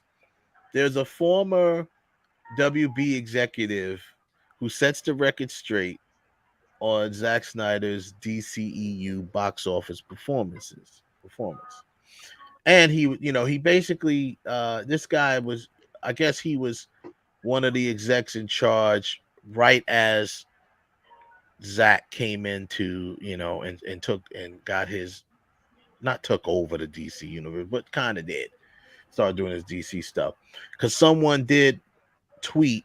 So someone tweeted, his name is Greg Silverman. That's the guy who used to be at WB. But some gentleman tweeted, "It's always funny to me that supporters target how much money Zack Snyder lost for WB. Big hit with 300. Then they handed him DC, and he didn't lose much money there, or built a big winner, but 3 or 4 losers in between." So the guy kind of wanted to shed some light on that. He said, he said, right, it's not true. He said, we lost some money on Gahul, which is the owl one that he did. I still don't understand that, because that movie was freaking awesome. Well, I mean, I think Watchmen was just too far ahead of his time. It's just, I think Watchmen was just too far ahead of his time. Well, Watchmen, I like Watchmen. They made some money. He said, because he said they only lost on the owl movie, and a fair amount on Sucker Punch. He said so.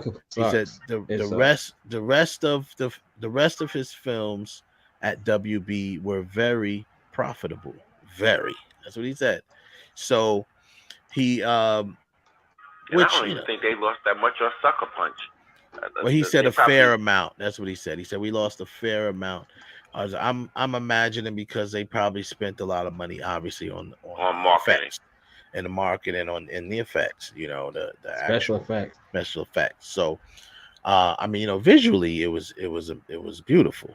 So the effects team was cool in that.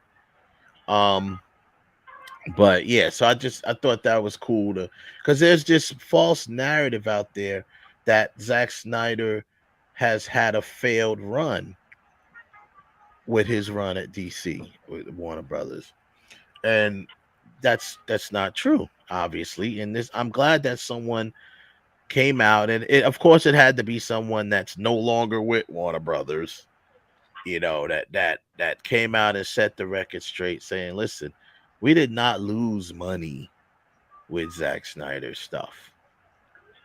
People talk about Batman vs Superman, but Batman vs Superman made quite a bit of money. Listen, and it would have made even more money in the box office if the studio would have took their hands off it. Yeah, it definitely would have. Because when that when it was released to digital, and that director's cut came out, like I had said before the director's cut, he was saying, I was like, watch, they're gonna show a director's cut, and they're gonna have all the cutting room stuff, all the stuff that was on the floor, is gonna be put back in the film, and this film is gonna make sense, and then you all gonna look stupid. And what happened? Yeah, that's exactly. I mean, worldwide, that movie made $873 million worldwide. So it came 200 million short of $1 billion.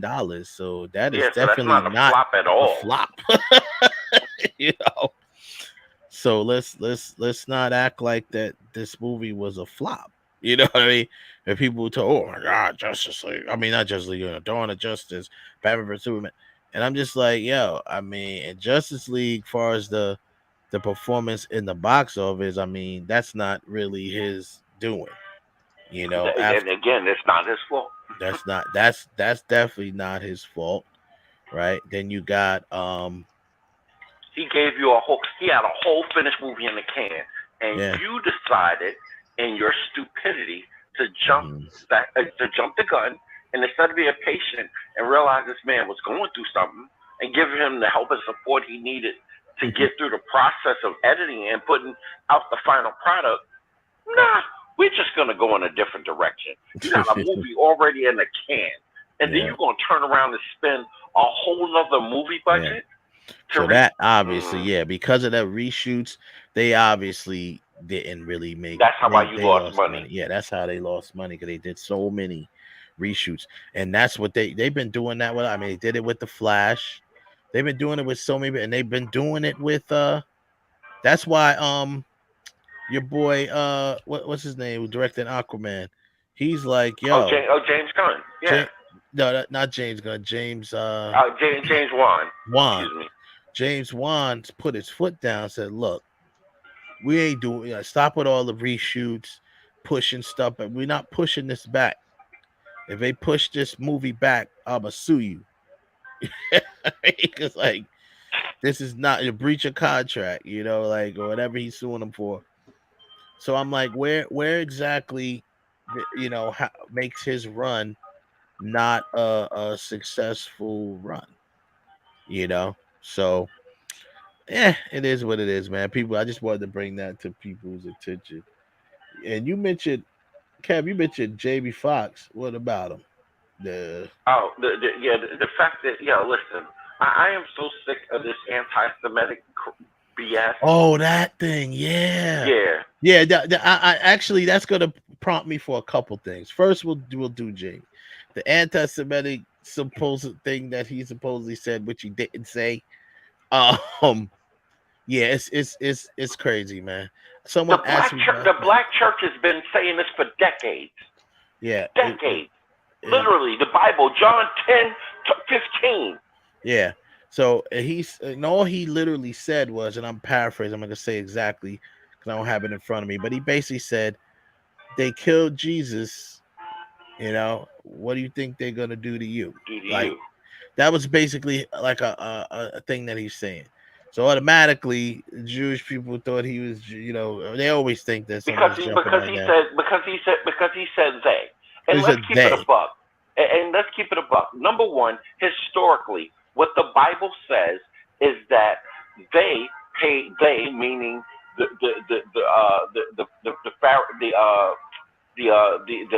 Hebrew prophets or whatever you call them, of the leaders of the Hebrews.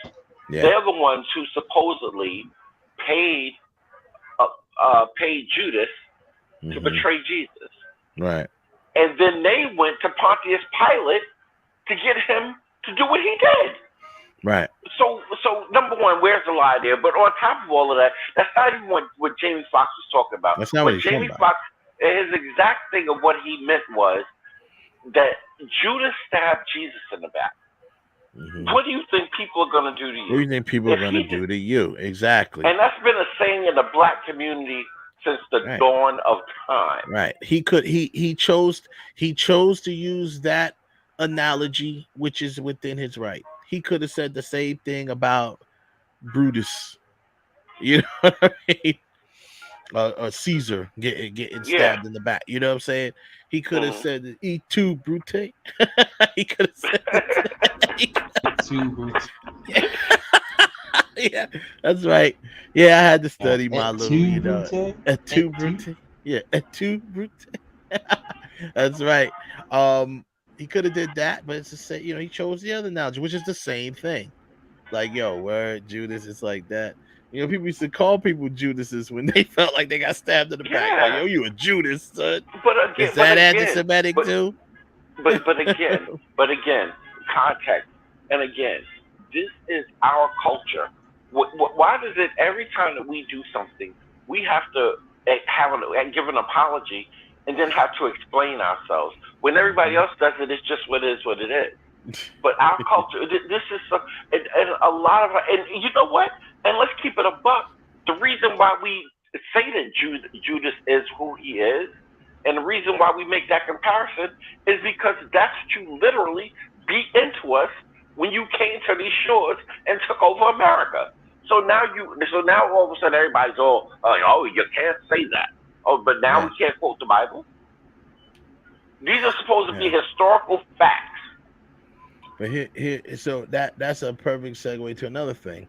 Now we go to Neo, who just Neo. This is not so the two major bullies, and that's right, I said it, bullies of this industry is when you say something that people are gonna deem anti-Semitic, and then if you say something that is offends the transgender or LGBTQ plus whatever the Community, alphabet yeah. people, as as Dave Chappelle referred to them as the alphabet folk. So here's the deal. Neo had said he was on a show. He was on a actually a friend of mine, Gloria Velez. She used to be a video vixen, right? She has her own podcast now. I think it's powered by Vlad TV. Shout out to Gloria Velez and a podcast. He was on her show, and I don't know what exactly they were talking about, but somehow they got into. So then he made a comment about how he doesn't agree, and he said before he even said the comment, I got no beef with the LGBT. I got no beef with none of that stuff. But I feel I was raised where he said, I'm a heterosexual man raising, I think he said like 4 boys and 2 girls, or 5 boys, 2 girls, whatever he said. And I was always taught that, I don't believe that you should let these kids at the young age decide if they want to be a girl or a boy. He said, I don't believe that. And that's not what I do. If you do that with yourself, with your people, that's on you.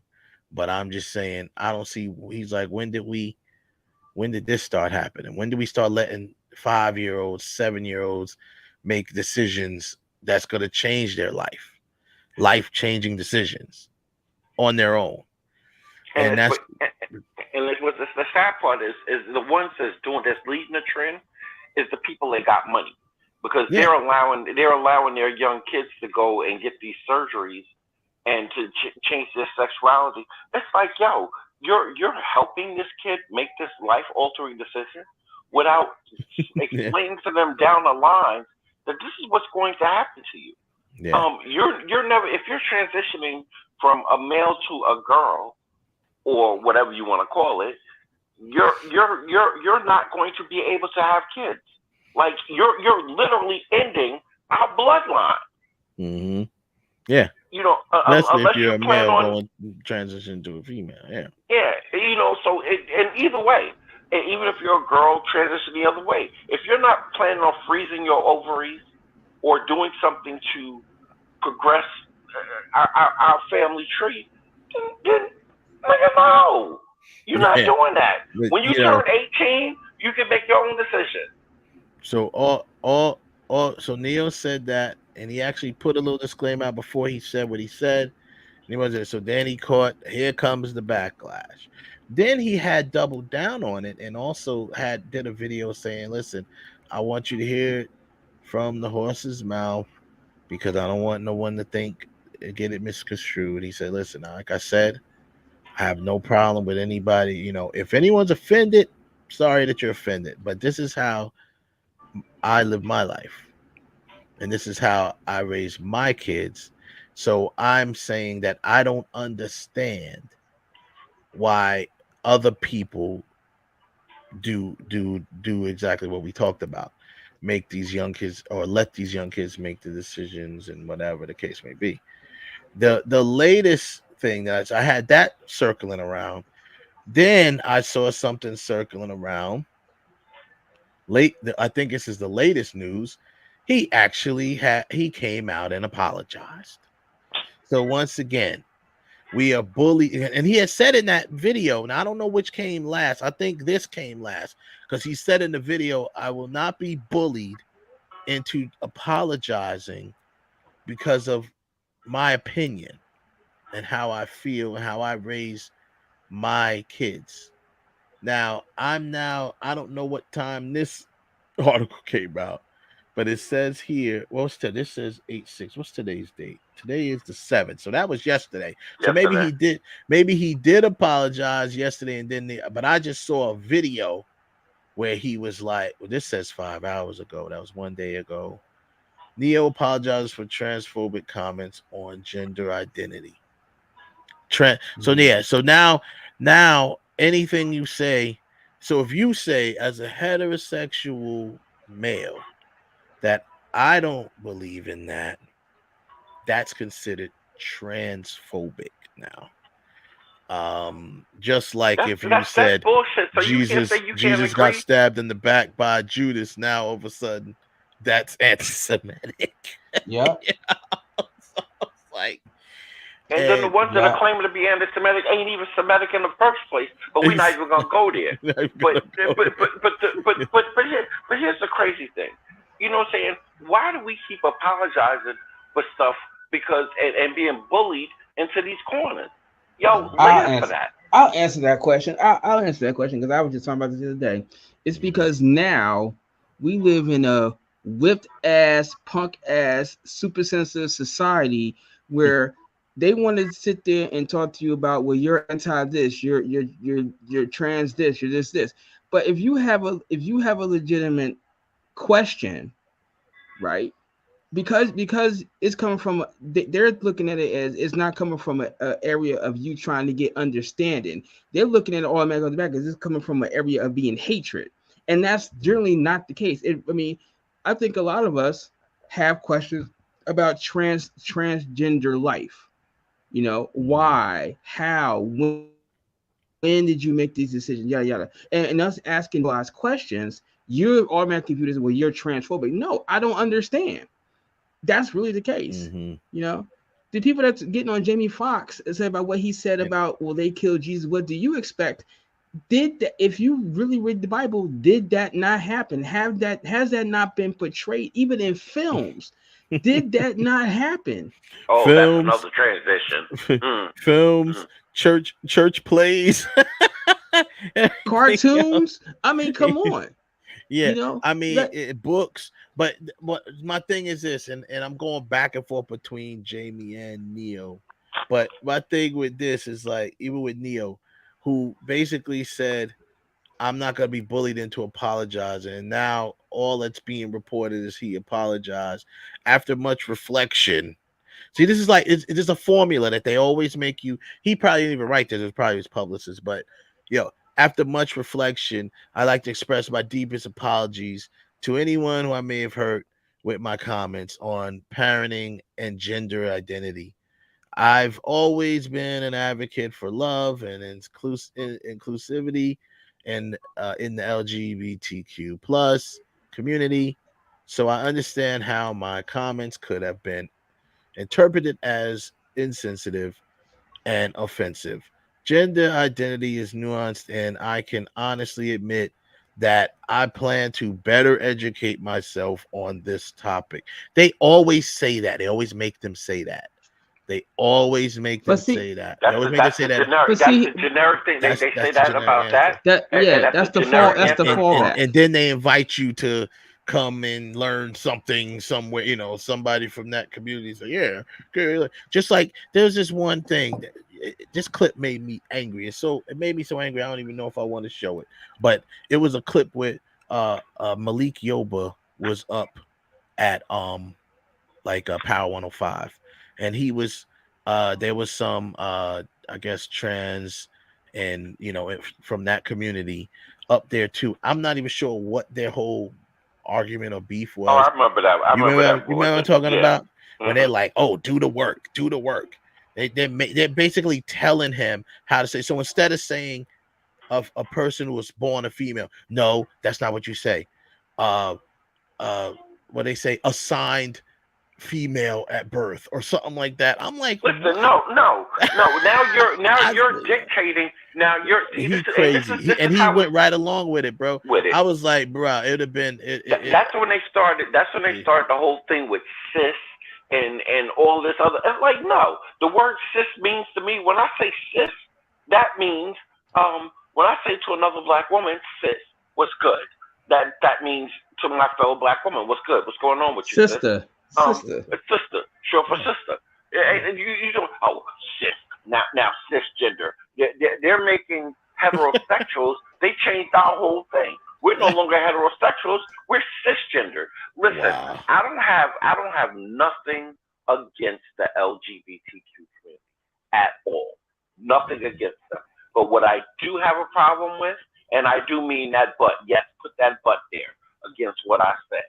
What I do have a problem with is this agenda assignment bullshit. Where you're trying to dictate to society what we're going to do. How about this? How about instead of y'all doing what you always do, because and the only reason why, if not for the black movement, the civil rights movement, they wouldn't even have. And listen, we're all human beings, so we all have our rights to whatever. But this agenda BS is I'm dialing it back, so I want to stay on topic. This agenda BS where you're forcing these artists and people in general to take back how they to almost be made to feel like what I'm doing is wrong. Mm-hmm. Yeah. And it's not. It's no different than what you're doing. If you in your household decides to raise everybody to be whatever, you know, whatever you want to call it. Him, they, them, why, whatever, then do that in your household. But if in this man's household and this woman's household, they decide to be men, women, children, and boys and girls, if that's what they decide to be in their household, who are you to start forcing the heterosexual community to be like, no, in order for you to accept us, you have to do what we say. Because that's basically what you're saying. And you're being a fucking bully. And it's unnecessary. We can understand, we can get along and to understand each other as long as you, like Ralph said, all you got to do is sit down and listen and explain to me why it is that you feel the way it is, because you understand why I feel the way I feel and why I raised my household the way I raised my household. And it's not to say that I'm against. If my grandson came in today and said, Dad, I'm gay, I'd be like, you know what, son, you're 10. You're 10. Yeah, you're a little young to be making that decision. I'm sorry, but of course, saying that means you're homophobic now because you're reminding you're reminding your grandson that he's 10, and but he's 10. That's a fact. But wait, it's a fact. But there is a caveat to that. Now, if he says, Dad, I'm gay because everybody in my school keeps calling me gay. Well, now I want to know why. Why do you think they call you gay? Are you doing actions? Because like we grew up, we knew who had sugar in their tea and who didn't. You know what I'm saying? We knew who was walking around here with black coffee and some of us who was walking around here with a little bit of sweet and low. You know what I'm saying? Growing up, that's why Ralph's laughing because he know what I'm talking about. You know what I'm saying? There was somebody in my class. There was a kid in my class, and I was in grammar school that you just said he fit that description perfectly. Damn sure does. Damn sure did. And so there's nothing wrong with acknowledging at a young age, yes, you know what I'm saying? But then there are some people, and I'm going to use myself as an example. From the time that I was about 12 up until I was 18, there was this rumor, Kevin's gay. But meanwhile, I was sleeping with your girl. Your girl was coming to me talking about the shit that you was doing wrong, and then I slide up in her, unless you was burning, because unless you know, we know what the deal is with that. Right. But the bottom line is you people make these perceptions of people, and now it's either you're gonna go with it, and that's what I'm saying about my grandson being 10. You can't. And by the way, this is not happening to my grandson. I just used him as an example. No. But you can't take what society, the picture that society's trying to paint about you, and you're just going to go with it because you've been bullied into this position. Well, and that's my point. And that's what it is. They always talk about how a lot of them talk about how they were, and a lot of them was. Growing up, I've seen a lot of just, I can't say I've seen a lot of transgender, but I've seen a lot of homosexuals get bullied, and that does happen. So they talk and about it's wrong because right, they and it's shouldn't very be. wrong. They shouldn't be bullied. And they talk about how they get bullied, but then they do the same thing and bully people into submission of what they want to, their point of view. And that's just asinine to me because all like I said with Neo, all he said was if you want actually he even said on the show, he said if you want to identify as a caterpillar or something like that, he said that's your business. Go ahead and identify as a caterpillar, but don't expect me to play the game and call you a caterpillar. You know what I mean? Exactly. I'm not gonna do that. Yeah. So that's been happening a lot, and a lot of people, get mad at that, and they say, well, yeah. Well, listen, and I've been in this situation before where I was in a work situation where I worked in an office, and the same thing was kind of happening, and because this particular person was a transgender, they thought that they could just do anything they want because the company that I was working for at the time, they walk on eggshells because they're like, oh my God, you don't want to offend nobody and get, sued or whatever. So it's just like, yeah, I mean, I've been in that position before. So, I think I handled it fine. You know what I mean? Yeah, but I think that's messed up that, Neo, he went and said, I'm not going to be bullied and apologize and blah, blah, blah, went on this whole thing. And then he has to put this out. And, same thing with Jamie Foxx. Jamie Foxx didn't say nothing bad. And then he had to put out a whole. Then he had to put out a whole, and he didn't say nothing wrong. Like in my opinion, he didn't say nothing wrong at all. Like he wasn't even. Some people will have opinions if someone like that's just like let's just say like what Nick Cannon said. Technically, Nick Cannon didn't say nothing wrong either, but what he said went over a lot of people's heads because they don't know the history of black people. So what he said went over a lot of folks' heads. Right. And they just decided to side with the fact that, oh man, he shouldn't be saying stuff like that. Be like, just dude, like the basketball player. When the basketball player pointed out that doc, he didn't say nothing here nor there. He said, yo. Yeah, he just said, go watch the doc. So no matter what, and that was Kyrie Irving, no matter what, they're going to find a way to, and unfortunately, what happens is this is particularly in the entertainment industry because let's keep it 100. These two groups of people run the entertainment industry. Let's be honest.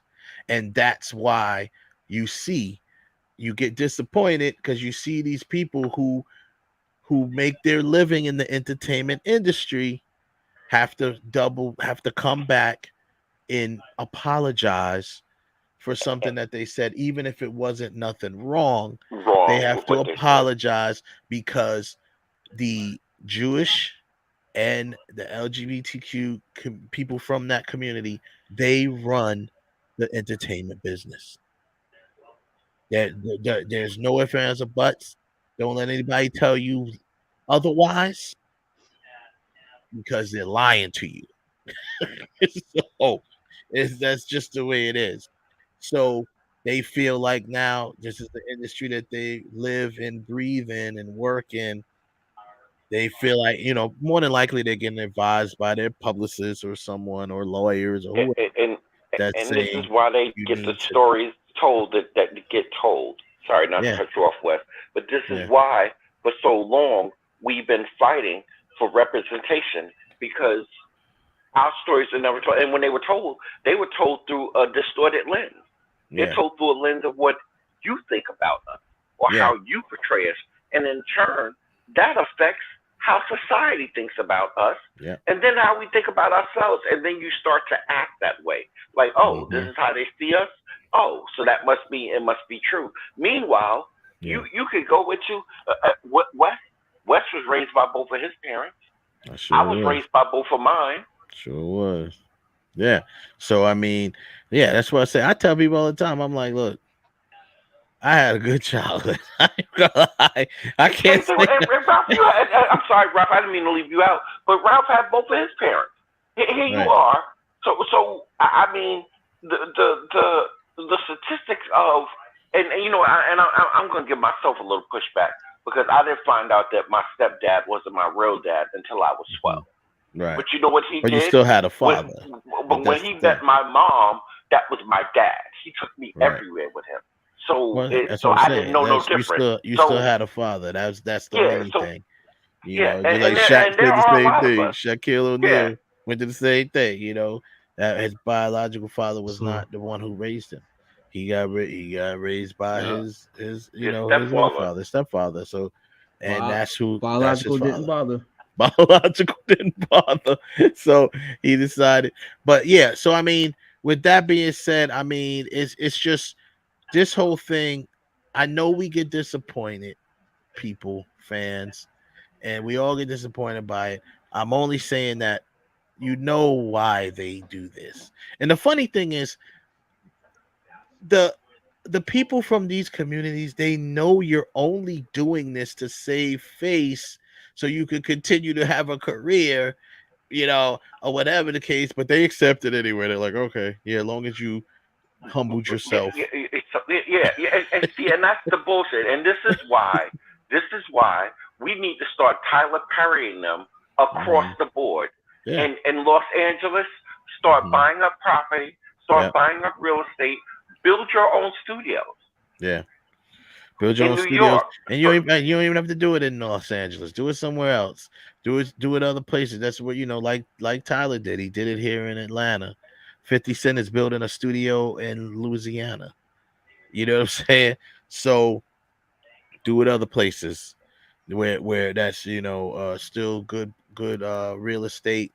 And in areas where we can employ more of our people, put our people to work, and then we can tell our story, and then you could say and see what that gives you. And I'm not saying it gives you agency to be reckless, but it also gives you agency to where you're not bound to the system.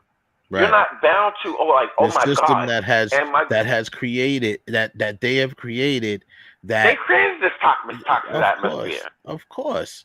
And that's what I'm saying. And that In also part. ties to me, that also ties back to the whole thing that's going on with the strike. You know, we talked about this many a times. If the actors and writers are particularly the actors, and then the writers kind of like drive it home, are forced to create their own lane. You know, if they decide to create their own lane because the studios are holding out, you know, we may see a lot, you know, a lot of things may be better. Well, not may, will be better for them, you know. And then you got you know, make it more of a, you know, like what Ruffalo was saying. We mentioned that a couple weeks ago. He's like, hey man, there's no competition. So they feel that we're worthless. They feel that we don't have as much worth because there is no competition for them. They know that we have to, at the end of the day, we got to come to some sort of agreement and start working again, and we got to go through them. But we don't have to go through them. You don't have to, because here's the thing. Because you are who you are, if 10 of you got together, if Mark Ruffalo, Robert Downey Jr., George Clooney, and let's just say Tom Cruise, and somebody else, all got together and went to the bank and been like, "Yo, we need $10 million to do this movie." Yeah.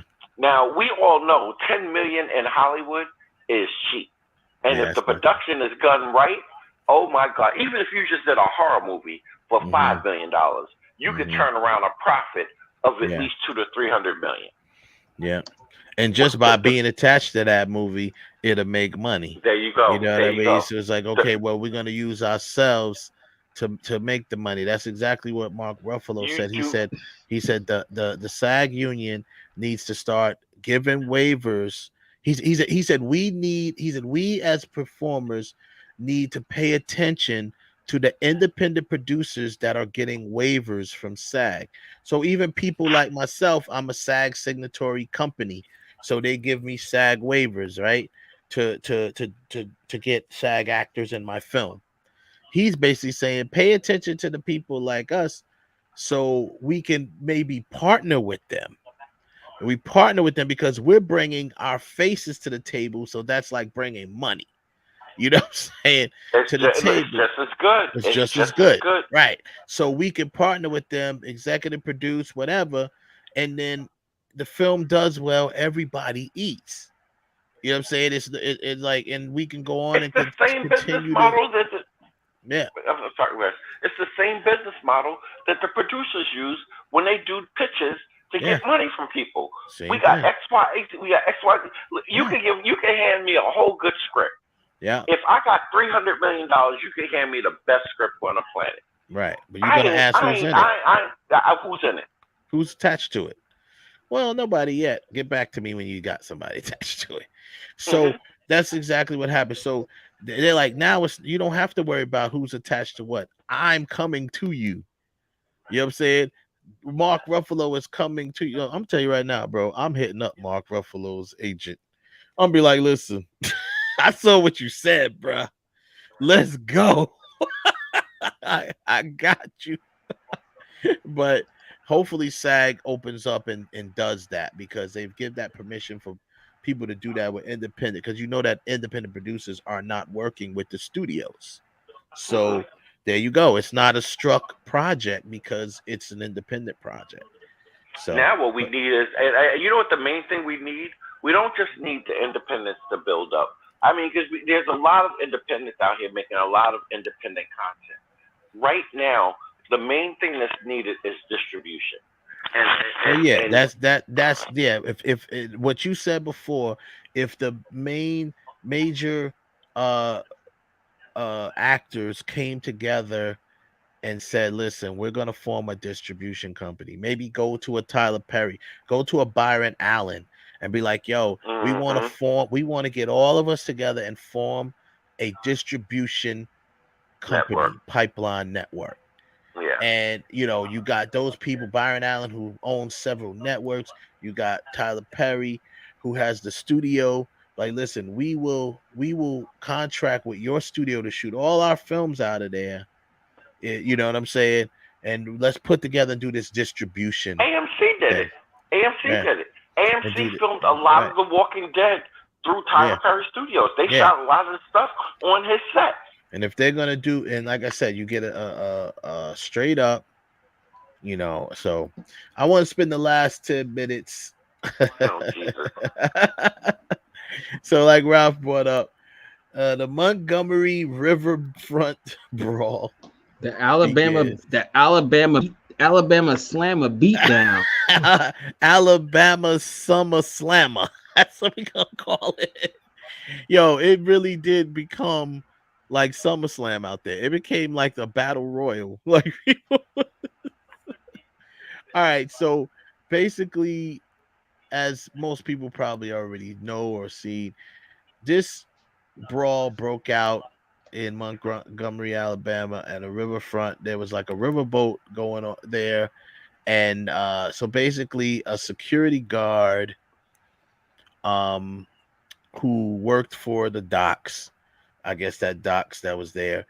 There was a group of white men or family of white people that had their and you'll see why I even use the word white people, but the group of people of men that had their boat somewhere they weren't supposed to be. All right. It might have been parked in front of, because that's where the riverboat came. It might have been where they couldn't get out. Wherever it was where it wasn't supposed to be. So the actual security guard confronted them, said, yo, you got to move your boat. And then they got into an argument with the security guard. It escalated from there. And, as you can see, as I was going to turn the volume down, but I didn't want the volume to be too loud because we don't really need volume. But as you can see, at this point, it escalates where this man attacks, and I use the word, he attacked and assaulted the security guard, forcing him to defend himself, right? And volume. This is the river boat and all the stuff. This is the docks area, and this is like part of the full video, I guess. So there's the guy who's basically saying, "You guys aren't supposed Move to your be there." This shit. is from a different angle.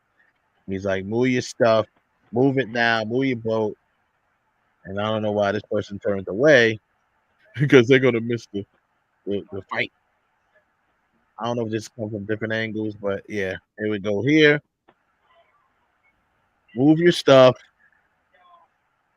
You hear the people. I didn't play the volume, but you hear people saying, "Move, psh, get out the way, get out the way, bitch, get out the way." People say that. So obviously these people got something going on. And then well, the boat was trying to put that big rowboat was trying to park, and it was in the way, and they wouldn't let them get in. Yeah, there it is. And there's the attack. Fuck the hat. And look, okay, first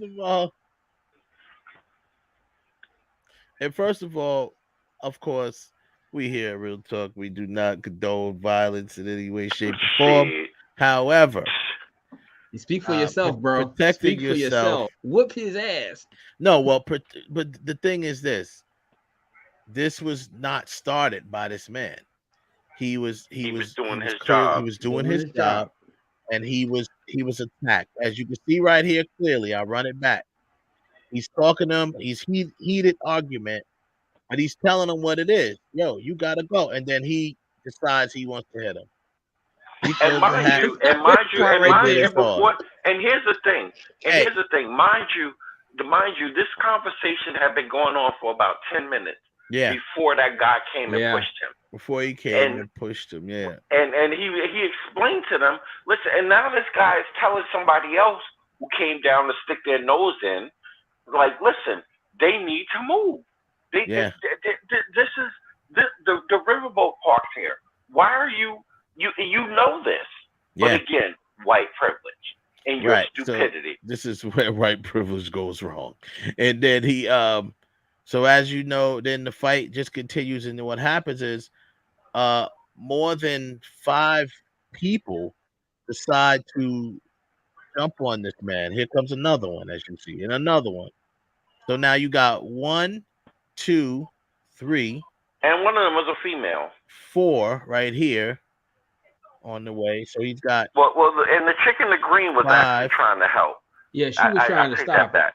She was trying to stop it. This woman was trying to stop it, it looks like. But you got 5 cats on him. 1, 2, 3, 4.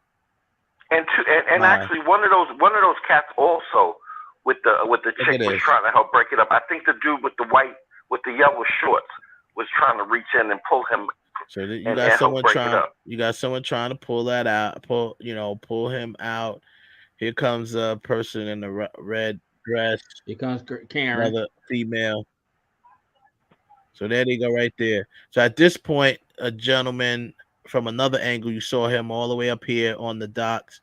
He ran down there. So now he comes in to help this man, because there's no way, no reason that these 5 people, 5+ people, but let's just say the ones that was actually jumping on him, 5 people on this one man, when this was started by the white guy, and I think if they would have shot a heady, they'd have did a head up, no one would have jumped in, and that just would happen. But because of that, this gentleman comes in, and he's like, not having it. In the meantime, you have another. So now other people are starting to come. So actually with him, he didn't even come in swinging. He came in pulling them off of him. Exactly. So even he didn't come in with what black people always do. We come in, try to de-escalate and separate, especially when we see somebody getting jumped. Right there. So now right there, he grabbed him And that's what it is. So now all hell breaks loose from this point on. This ain't even the best And then video. The best video.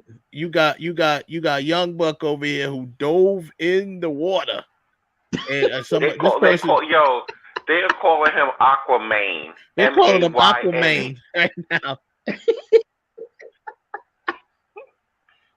So now it's re-escalating because now he's obviously all right. I'm gonna say this. I gotta say this. I've been jumped before. I don't know if anyone has ever been jumped before, but let me tell you something. I've been jumped by 15 people at one time. If you've been jumped before, whether it's 2, 3, 5, or 15, as what Kev just said, you at this point when you get to your feet, anybody and everybody can have it. Catching it. Yes, anybody and everybody can catch it. Catch these hands. Yo, I don't know who it was. You don't know exactly who everyone was on doing it. And you first of all, you're discombobulated because when you're on that ground, and I can tell you, it feels like it's yesterday. You're thinking about. I was thinking about two things: covering my face, so no one would be, stomp on my face or anything like that, and just kind of covering my private parts. Those are the two things I wanted to protect. Protect my groin area and protect my face, which is kind of hard because they're two obviously opposite directions. So I walked out with a serious eye injury because I got cut in my eye. Somebody scratched me in their eye with their fingernail, and the fingernail had to be pulled out of my eye. Yeah, because I was fighting back that hard. Yeah, exactly. But like Wes said, when you get up, it's on sight, and if nobody doesn't make it clear, like yo, I was trying to break it up. Yeah, I was trying to do this. You getting it? You getting it, man? I'm sorry, you getting it, and that's just the way it is. So this gentleman here, whatever he does from this point on, in my opinion, he gets a pass. Listen, when he ripped his shirt off and said, "I'm no longer security guard or dock master or whatever he was," he was in his right at that point. Yeah, no, that's what I'm saying. When he did, and I agree. What this man and thank you, homeboy, for having on a t-shirt, for being flubby bubby and having on a t-shirt. When he did that, yo, and you saw you gotta get the other video when they kept coming, and next thing when they got off the boat, right? I mean, everything down, it was like, hold up, crazy. It just became it was pandemonium. We all know that, but I mean.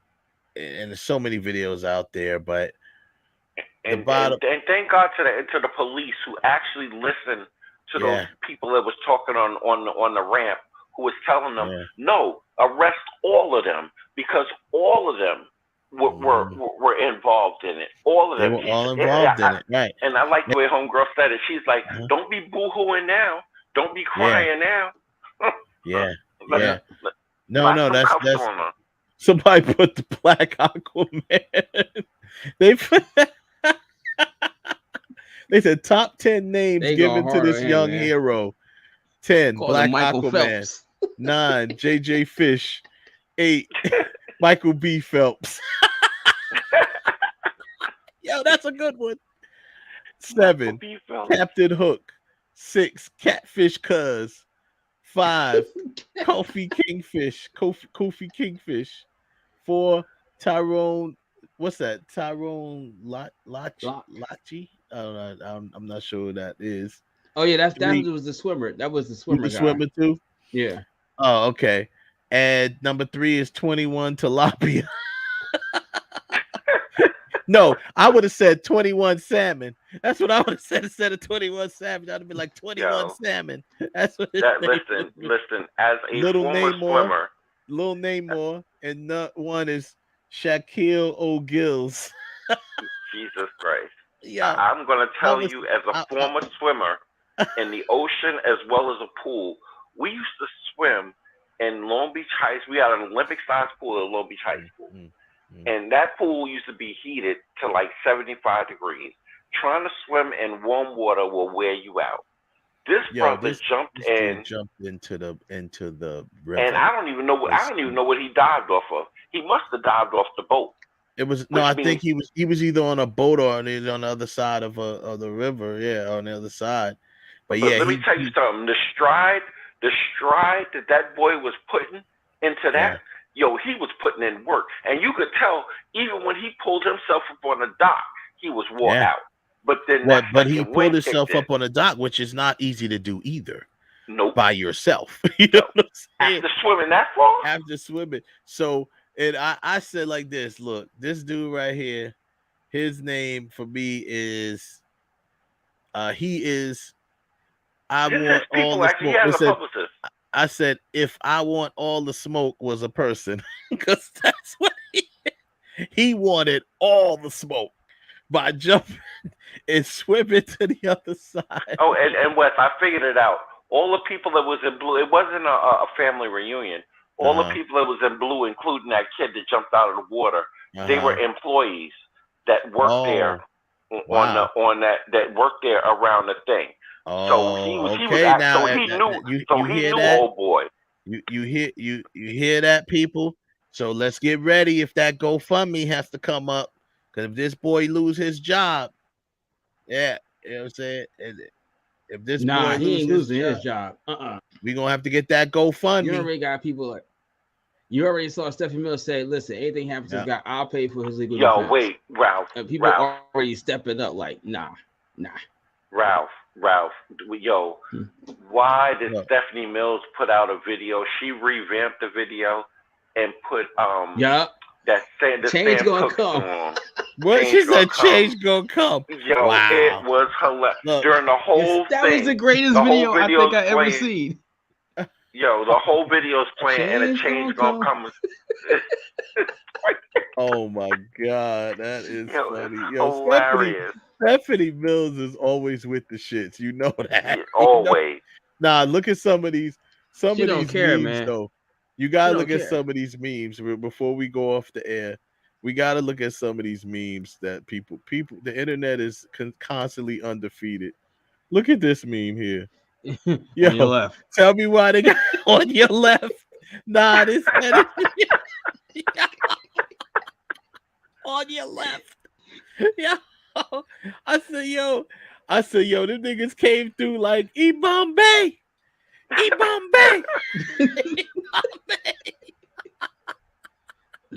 I can't, yo.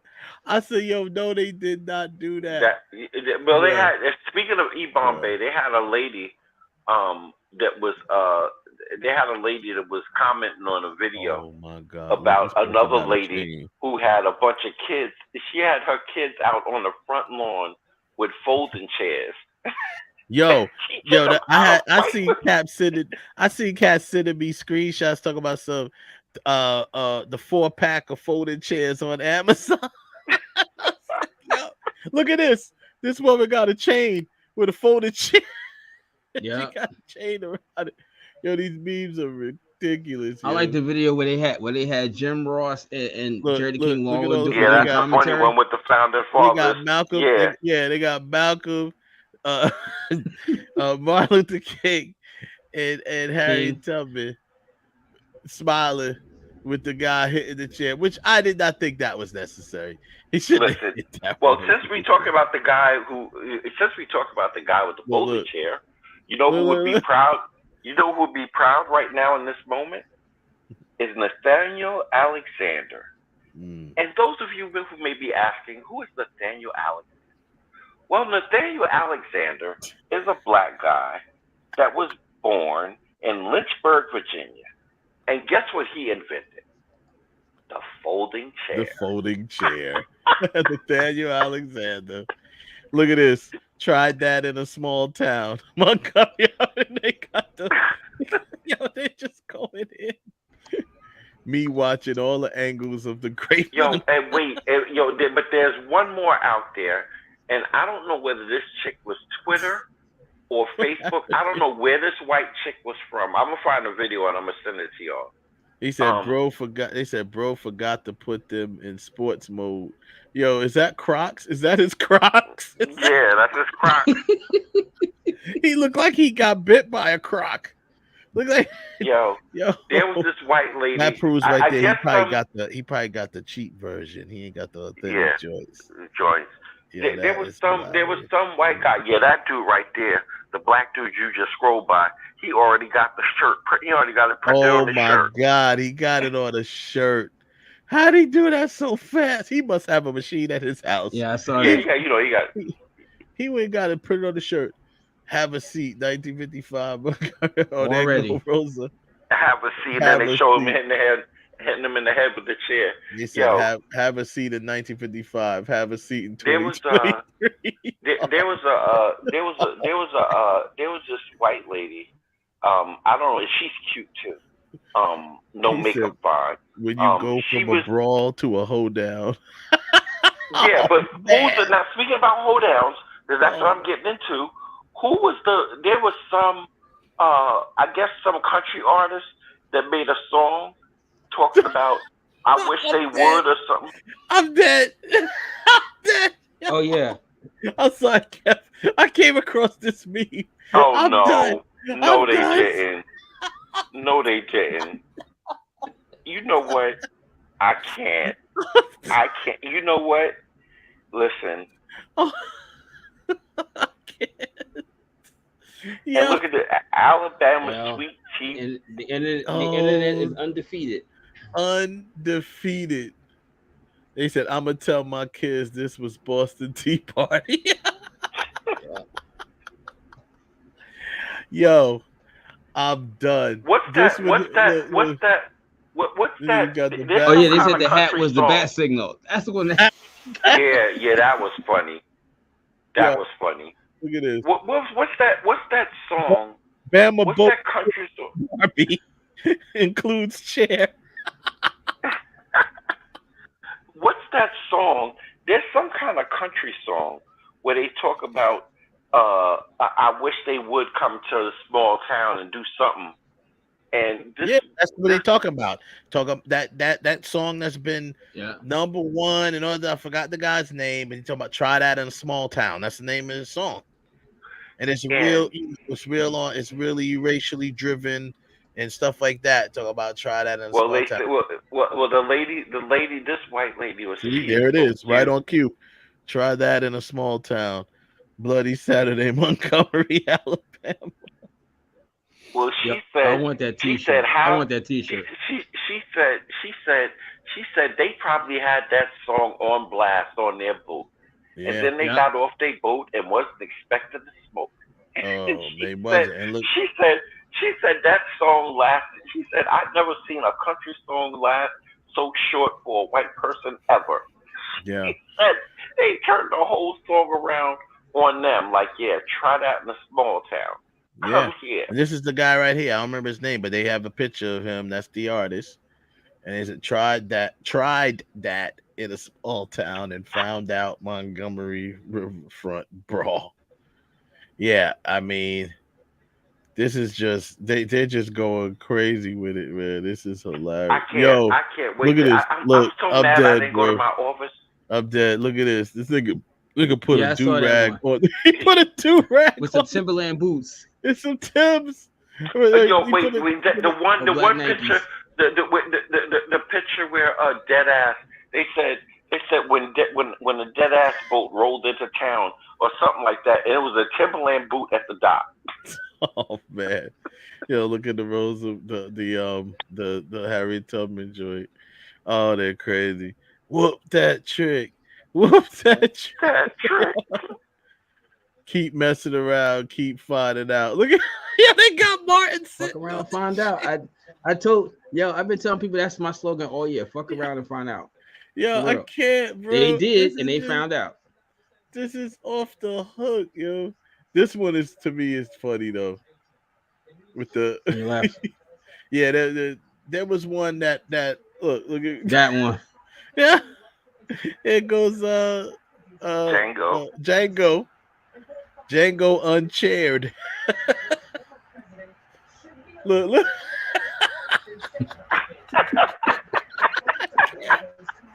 Yeah, not them posing with the chair, Montgomery. No, they didn't. They did. Oh Lord. He said, "Yo." They sit up there and they see, hey, Wakanda forever. And there go the man you just talked about, Nathaniel Alexander. He invented the folding chair. I can't, man. At the end of the day, I just figured we end the show with that. But at the end of the day, man, it's the bottom line is let's be ready. If that guy, that young man, or any of those dudes lose their job behind this, we should come to their defense. Yep. Everybody needs to get ready for that GoFundMe. Everybody need to get ready for all that. You know, we need to have something like a marathon, like Jerry's Kids or something for this guy. You know, it's like crazy right now because people are like, yeah, you know, he might. Yeah, listen, so that kid's whole college tuition should be paid for. Yeah, they could be like, yo, let's pay for this young man's college tuition. The bottom line is this, man. There was no reason why that man should have been jumped like that. And I tell you, right out the gate, you had me from there. Right out the gate, I'm going to defend anyone because I've been jumped before. It's not a good feeling at all. It's not at all. And I don't care how many people it is. Kev, that's a lot with you. I didn't have that many. Mine amounted up to 4. It was 4 was what I was told. And when I got up, you know, everybody could get it. That's how it was with me. You know, anybody could catch it. Anybody could get it. That played it simple. And literally, you know, I won't go into detail because the show is over. But, you know, I basically had I have my mans who was a shooter come back and basically threaten everybody out there. And we need to find out who this was. And y'all niggas don't want to point it out. Y'all can all catch it. You can catch it. It didn't even go that far for me. My man Tone, we were on his block, and my man Tone went in the house and came back out and fired one in the air and was like, "Look, we gonna stop. We're gonna start right now." Exactly. This it ain't going no further than this. Yeah. Shut well, y'all could all get down right now. Shut it down right now. So, but that's the bottom line is that's when with that being said, the last thing I'm gonna say about this is regardless of the fact, I want to commend the Montgomery police for not using excessive violence or force to stop it. They didn't pull their guns. They didn't use their guns. And they immediately started arresting who needed to be arrested. Including the guy who hit the woman with the chair. That was a little unnecessary. So I can understand why they picked it. And from what I understand from the Montgomery police chief or whatever, I don't think anyone has been arrested officially. They detained him, obviously, they detained a bunch of people. They detained a bunch of people, but then no one got arrested yet. Because they're going through all the angles of the footage and things like that. And then they're going to start deciding who is going to get arrested. And you know what y'all can thank for this? Y'all can thank the insurrection for this. Because guess what? The insurrection made it a point to where now all of these towns, they're going through this video footage. And y'all not just going to be walking away doing craziness. Now, granted, there were some people who were there who were doing extra. There were some people there who were trying to defend themselves.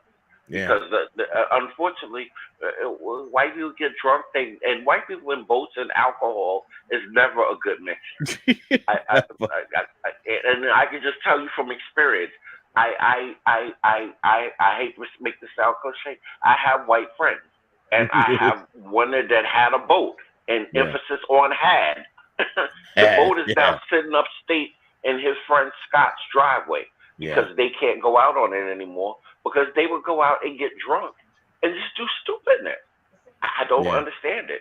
Yeah, I mean, that's what it is. So bottom line is I'll leave the closing with, you know, people need to understand that this stuff just can't happen. This just can't happen. I'm sorry. If you think, and I do applaud the people that came to that man's defense, because What Yep. happened was unnecessary. If dude felt the need, he wanted. First of all, they were in the wrong in the first place because they needed to move. If the man is of authority there, you need to respect it and listen.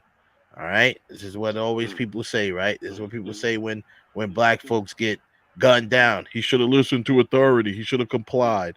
Now, yeah, this man wasn't a cop, but he was an authority of that area. Now, here's the thing that they're lucky about, because Alabama is a carry state, so they're lucky that, like not like that lady at the library who shot that man in the back, who threw that brick at her, and the security guard who was licensed to carry and shot that man in the back. Now they're lucky that this guy wasn't a carrying Marine constable or whatever he was, because then he would have been in his authority to lay all of them down. To lay them all down, exactly. So guess what? You just, happen this way. He did not have to do that. Being that he started the fight, he should have just fought him straight up, and everybody else should have stayed back. And you gotta respect. You gotta respect the situation. Even Joseph said in there, you gotta respect authority. You will respect the authority. That's right. You have to. I don't care if he's not a cop. He's the authority of that area. He's the security. So if he's telling you gotta move your boat, your boat's in the wrong place. No. See, this is what happens when people and there was some drinking going on, like you said. And what happens is a lot of times drinking brings out the true nature of a person.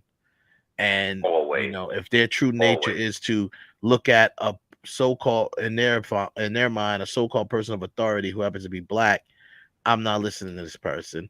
He doesn't. I'm not listening. Liquid courage. It's called liquid courage. Yeah. And the sad part is they probably parked their boat to go somewhere else to go drink some more. Yeah.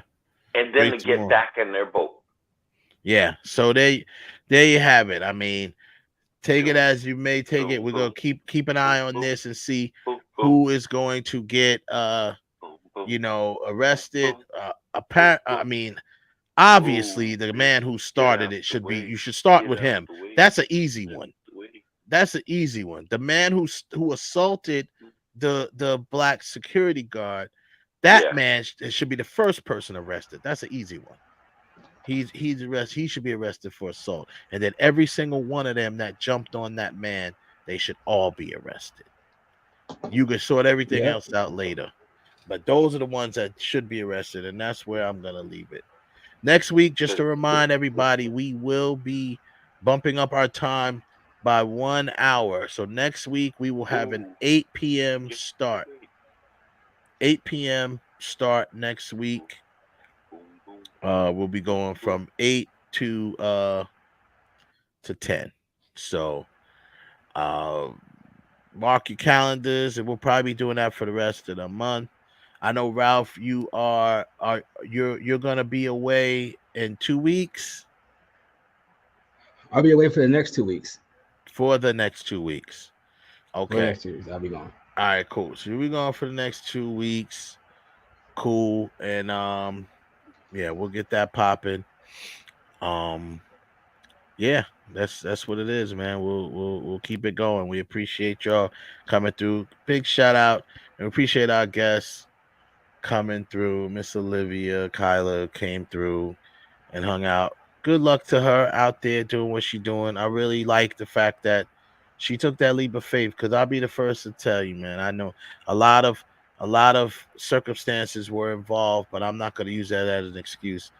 That's an opportunity that I should have took that I didn't take, as far, a long time ago. And I admire anyone who takes that opportunity, takes that leap of faith, and goes for what they love, what they believe in, what they want to do. So I can always give you credit for doing that at the very least. And the fact that she's out there and she's got things popping, she's got her acting going decent, going well. As she said, it's going well, and she's working on her album. Big up to her, man. God bless you, and just do what you do. Everybody go out there and follow her on all platforms. And it is, I put it in the chat room before, it's at Olivia Kyla G. So check her out, follow her, see what she's up to. Of course, you guys like, subscribe to the channel here if you haven't already. Make sure you smash the like button. If you didn't do it on the way in, do it on the way out. Share this with your friends. And we'll get back to y'all next week. Peace out, y'all. Deuces.